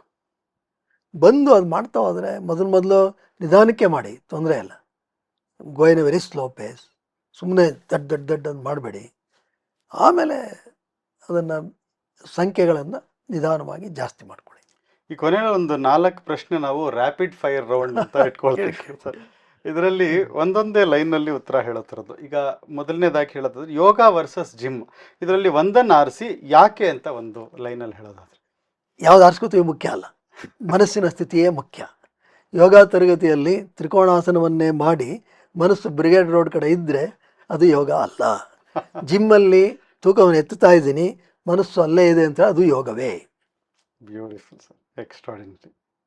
ದಿನಕ್ಕೆ ಮಿನಿಮಮ್ ಎಷ್ಟು ಮಿನಿಟ್ಸ್ ಯೋಗ ಮಾಡಿದ್ರೆ ಲೈಫ್ ಚೇಂಜ್ ಆಗುತ್ತೆ? ಯೋಗ ಕೆಲವು ದೈಹಿಕ ಕ್ರಿಯೆಗಳನ್ನು ಅರ್ಧ ಗಂಟೆನಾದರೂ ಮಾಡಿ ಮನಸ್ಥಿತಿಯನ್ನು 24/7 ಇಟ್ಕೋಬೇಕು. ಅಂತ ಹೇಳಿದ್ರೆ ಯೋಗ ಸ್ಥಿತಿ ಅಂತ ಹೇಳಿದ್ರೆ ಮನಸ್ಸನ್ನು ತಣ್ಣಗೆ ಇಟ್ಕೊಳ್ಳೋದು. ಯಾವುದೇ ಒಂದು ತೊಡಕುಗಳು ಎದುರಾದ್ರೂ ಆರಾಮಾಗಿ ಆಂತರಿಕವಾಗಿ ನೆಮ್ಮದಿಯಾಗಿರ್ಬೇಕು. ಆ ದೃಷ್ಟಿಕೋನದಿಂದ ಅದನ್ನು ಸದಾ ಅಳವಡಿಸ್ಕೋಬೇಕು. ಸರ್, ಒಂದು ಯೋಗ ಪೋಸ್ ಇಡೀ ಪ್ರಪಂಚದಲ್ಲಿ ಅವ್ರು ಎಲ್ಲರೂ ಮಾಡಬೇಕು ಅಂತ ಹೇಳೋದಾದರೆ ಯಾವ ಯೋಗ ಪೋಸ್? ಬೆಳಗ್ಗೆ ಎದ್ದು ತೆಪ್ಪಿಗೆ ಒಂದು 10 ನಿಮಿಷ ಕೂತ್ಕೊಳ್ಳಿ. Wonderful sir. ಈ 40 ವರ್ಷ ರಿಸರ್ಚ್ನಲ್ಲಿ ನೀವು ಕಲಿತ ಎಲ್ಲ ವಿಷಯಗಳಲ್ಲಿ ಜನಕ್ಕೆ ಯಾವುದಾದ್ರೂ ತಿಳಿ ಹೇಳಬೇಕು ಅಂತ ಅನ್ಸಿದ್ರೆ ಯಾವುದನ್ನು ಹೇಳ್ತೀರಿ ತಾವು? ಮಂದಹಾಸ. Beautiful sir, extraordinary. ಸೊ ಅದೊಂದಕ್ಕೋಸ್ಕರ ನಾವು ಇಡೀ ಜೀವನದಲ್ಲಿ ಮಾಡೋ ಎಲ್ಲ ಆ ಒಂದು ಸ್ಮೈಲ್ಗೋಸ್ಕರ. ಅಂದರೆ ಅದು ಕೇವಲ ಮುಖಭಾವ ಆಗಬಾರ್ದು, ಮನೋಭಾವ ಆಗಬೇಕು. ಅದ್ಭುತ ಸರ್, ಫ್ಯಾಂಟಾಸ್ಟಿಕ್. ಸರ್, ನಿಮ್ಮ ಜೊತೆ ಮಾತಾಡೋದೇ ಒಂದು ಪ್ರಿವಿಲೇಜ್ ಅಂತ ಅಂದ್ಕೊಳ್ತೀನಿ. ಇಷ್ಟು ಅದ್ಭುತವಾದ ವಿಷಯಗಳನ್ನು ನಮಗೆ ತಿಳಿಸ್ಕೊಟ್ಟಿದ್ದೀರಾ. ಇನ್ನೂ ಅನೇಕ ವಿಷಯಗಳಿದೆ, ಯಾಕೆಂದರೆ ಯೋಗ ತಾವೇ ಹೇಳ್ದಂಗೆ 196 ಸೂತ್ರಗಳು. ಸೊ ಒಂದೊಂದಲ್ಲೂ ಬಹಳಷ್ಟು ಜ್ಞಾನ ಅಡಗಿದೆ. ಮತ್ತು ಅದನ್ನೆಲ್ಲ ತಾವು ಅನೇಕ ಪುಸ್ತಕಗಳನ್ನು ಬರೆದಿದ್ದೀರಾ, ಹೌದು. ಅದ್ರ ಬಗ್ಗೆ ಬಹಳಷ್ಟು ರಿಸರ್ಚ್ ಮಾಡಿದ್ದೀರಾ. ಈ ಎಲ್ಲ ವಿಷಯಗಳು ಇವತ್ತು ಯಾಕಂದರೆ ಸಾಮಾನ್ಯ ಜನಗಳು ಪುಸ್ತಕ ಓದೋದು ಕಡಿಮೆ, ಹಾಗಾಗಿ ಎಲ್ಲ ಒಂದು ವಿಡಿಯೋ ಫಾರ್ಮೇಟಲ್ಲಿ ನೀವೇನು ಎಲ್ಲ ಇಷ್ಟು ವರ್ಷಗಳಲ್ಲಿ ಮಾಡಿರುವಂತಹ ಒಂದು ಅಧ್ಯಯನ, ಅದು ಪುಸ್ತಕಗಳ ರಚನೆಗಳಿರಬಹುದು, ಅದೆಲ್ಲ ಒಂದು ಈ ಸಂವಾದದ ಮೂಲಕ ಜನಗಳಿಗೆ ಕೊಡಬೇಕು ಅನ್ನೋದು ನಮ್ಮ ಆಸೆ. ಖಂಡಿತ, ಎಲ್ಲ ಖಂಡಿತ. ಇನ್ನು ಚಿರಸ್ಥಾಯಿಯಾಗಿ ಆ ಒಂದು ಜ್ಞಾನ ಇರಬೇಕು ನಮ್ಮ ಮುಂದಿನ ಜನರೇಷನ್ಸ್. ಯಾವಾಗಲೂ ಇನ್ನೊಂದು 50 ವರ್ಷ ಆಗಿ ಯಾರೋ ಯೂಟ್ಯೂಬ್ ಸರ್ಚ್ ಮಾಡಿದ್ರು ಡಾಕ್ಟರ್ ಓಂಕಾರ ಅಂತವ್ರು ಇದ್ರು, ಈ ಒಂದು ಯೋಗ ಏಳು ವಯಸ್ಸಾದವರು ಮಾಡೋದಕ್ಕೂ ಇದೆ, ಇಷ್ಟೆಲ್ಲ ವಿಷಯಗಳಿದೆ ಅನ್ನೋದು ಒಂದು ಅಟ್ಲೀಸ್ಟ್ ಆಸ್ ಎ ಸ್ಟೋರೇಜ್, ಮುಂದೆ ಯಾರೇ ಬಂದು ಅದನ್ನು ಸರ್ಚ್ ಮಾಡಿದ್ರು ನಮಗೆ ಜನಗಳಿಗೆ ಸಿಗೋ ಥರ ಆಗಬೇಕು ಅನ್ನೋದಕ್ಕೋಸ್ಕರ ಅವ್ರಿಗೆ ಅದರೊಂದು ಪ್ರೇರಣೆ ಬರಬೇಕು. ನಿಮ್ಮ ಒಂದು ಅಧ್ಯಯನ, ಒಂದು ಆ ಜೀವನ ಇನ್ನೊಬ್ಬರಿಗೆ ಬಹಳಷ್ಟು ಪಾಠ ಆಗಬೇಕು, ಅದನ್ನೆಲ್ಲ ಮುಂದೆ ತರಬೇಕು ಅಂತ ನಮಗೆ ತುಂಬ ಇಚ್ಛೆ ಇದೆ. ಹಾಗಾಗಿ ಇನ್ನೂ ಅನೇಕ ವಿಡಿಯೋಗಳನ್ನು ಮಾಡೋದಿದೆ ನಮಗೆ ನಿಮ್ಮ ಖಂಡಿತ ಜೊತೆ. ಮೋಹನ್, ಯಾಕಂತೇಳಿ ನೀವು ವೇದಿಕ್ ವೆಲ್ನೆಸ್ ಫೌಂಡೇಶನ್ ಮುಖಾಂತರ ಸಮಾಜಮುಖಿಯಾಗಿ ವಿಶೇಷವಾಗಿ ಇಂದಿನ ಯುವಕ ಯುವತಿಯರಿಗೆ ಅಗತ್ಯವಾಗಿ ಬೇಕಾಗಿರ್ತಕ್ಕಂತಹ ವಿದ್ಯೆಯನ್ನು ಹರಿಸ್ತಾ ಇದ್ದೀರ. ಈ ನಿಮ್ಮ ಒಂದು ಪ್ರಯೋಗದಲ್ಲಿ ನಮ್ಮ ಯೋಗವೂ ಸದಾ ಇರುತ್ತೆ. Thank you so much sir, thank you so much. ನಮಸ್ತೆ ಎಲ್ಲ ವೀಕ್ಷಕರಿಗೂ ನಮಸ್ಕಾರ. ವೀಕ್ಷಕರೇ, ಡಾಕ್ಟರ್ ಓಂಕಾರ ಅವರ ಅದ್ಭುತವಾದ ಮಾತುಗಳನ್ನು ನಾವು ಕೇಳಿದ್ವಿ. ಇದು ಬರೀ ಮಾತುಗಳಾಗಬಾರ್ದು, ಅದು ಕೃತಿ ಆಗಬೇಕು. ಅಂದರೆ ನಾಳೆ ಬೆಳಗ್ಗೆ ಸೂರ್ಯ ಹುಟ್ಟುತ್ತಾನೆ, ಸೊ ಹುಟ್ತಾ ಇದ್ದ ತಕ್ಷಣ ನೀವೇನು ಮಾಡ್ತೀರಾ? ಸೂರ್ಯ ನಮಸ್ಕಾರ ಮಾಡಬೇಕು. ಆ ಸೂರ್ಯ ನಮಸ್ಕಾರ ಹೇಗೆ ಮಾಡೋದು, ಆ ಎಲ್ಲ ಡಿಸ್ಕ್ರಿಪ್ಷನ್ ಲಿಂಕಲ್ಲಿ ಆ ವಿಡಿಯೋಗಳನ್ನು ನಾನು ಕೊಡ್ತೀನಿ. ಇವತ್ತು ರಾತ್ರಿನೇ ಅದನ್ನು ನೋಡಿ ರೆಡಿ ಇಟ್ಕೊಳ್ಳಿ. ನಾಳೆಯಿಂದನೇ ಶುರು ಮಾಡಿ. ಎದ್ದ ತಕ್ಷಣ ಒಂದು ಸೂರ್ಯ ನಮಸ್ಕಾರ ಮಾಡಿಬಿಟ್ರೆ ನಾಳೆ ಅಟ್ಲೀಸ್ಟ್ ನಮ್ಗೆ ಅಲ್ಲಿಂದ ನಮ್ಮ ಆರೋಗ್ಯದ ಬೆಳವಣಿಗೆ ಶುರು ಆಯಿತು ಅಂತ ತಿಳ್ಕೊಳ್ಳೋಣ. ಹಾಗಾಗಿ ಇನ್ನೂ ಅನೇಕ ಈ ಒಂದು ಯೋಗದ ಕುರಿತಾಗಿ ಡಾಕ್ಟರ್ನ ಓಂಕಾರ ಅವ್ರನ್ನ ನಾವು ಕರಿತಾ ಇರ್ತೀವಿ. ಇನ್ನೂ ಅನೇಕ ವಿಷಯಗಳನ್ನು ಅವ್ರ ಜೊತೆ ಚರ್ಚೆ ಮಾಡ್ತೀವಿ, ಅದೆಲ್ಲವನ್ನು ನಿಮಗೆ ತಲುಪಿಸ್ತೀವಿ. ಇದೇ ಥರ ವೇದಿಕ್ ವೆಲ್ನೆಸ್ ಚಾನಲ್ನ ಸಬ್ಸ್ಕ್ರೈಬ್ ಮಾಡಿದ್ದೀರಾ, ಹಿಂಗೆ ನೋಡ್ತಾ ಇರಿ. ಇನ್ನೂ ಹೆಚ್ಚು ಜನಗಳಿಗೆ ಇದನ್ನು ತಲುಪಿಸಿ ಅಂತ ಹೇಳ್ತೀವಿ. ಎಲ್ಲರಿಗೂ ಆ ಭಗವಂತ ಒಳ್ಳೇದು ಮಾಡಲಿ. ಹರಿ ಓಂ.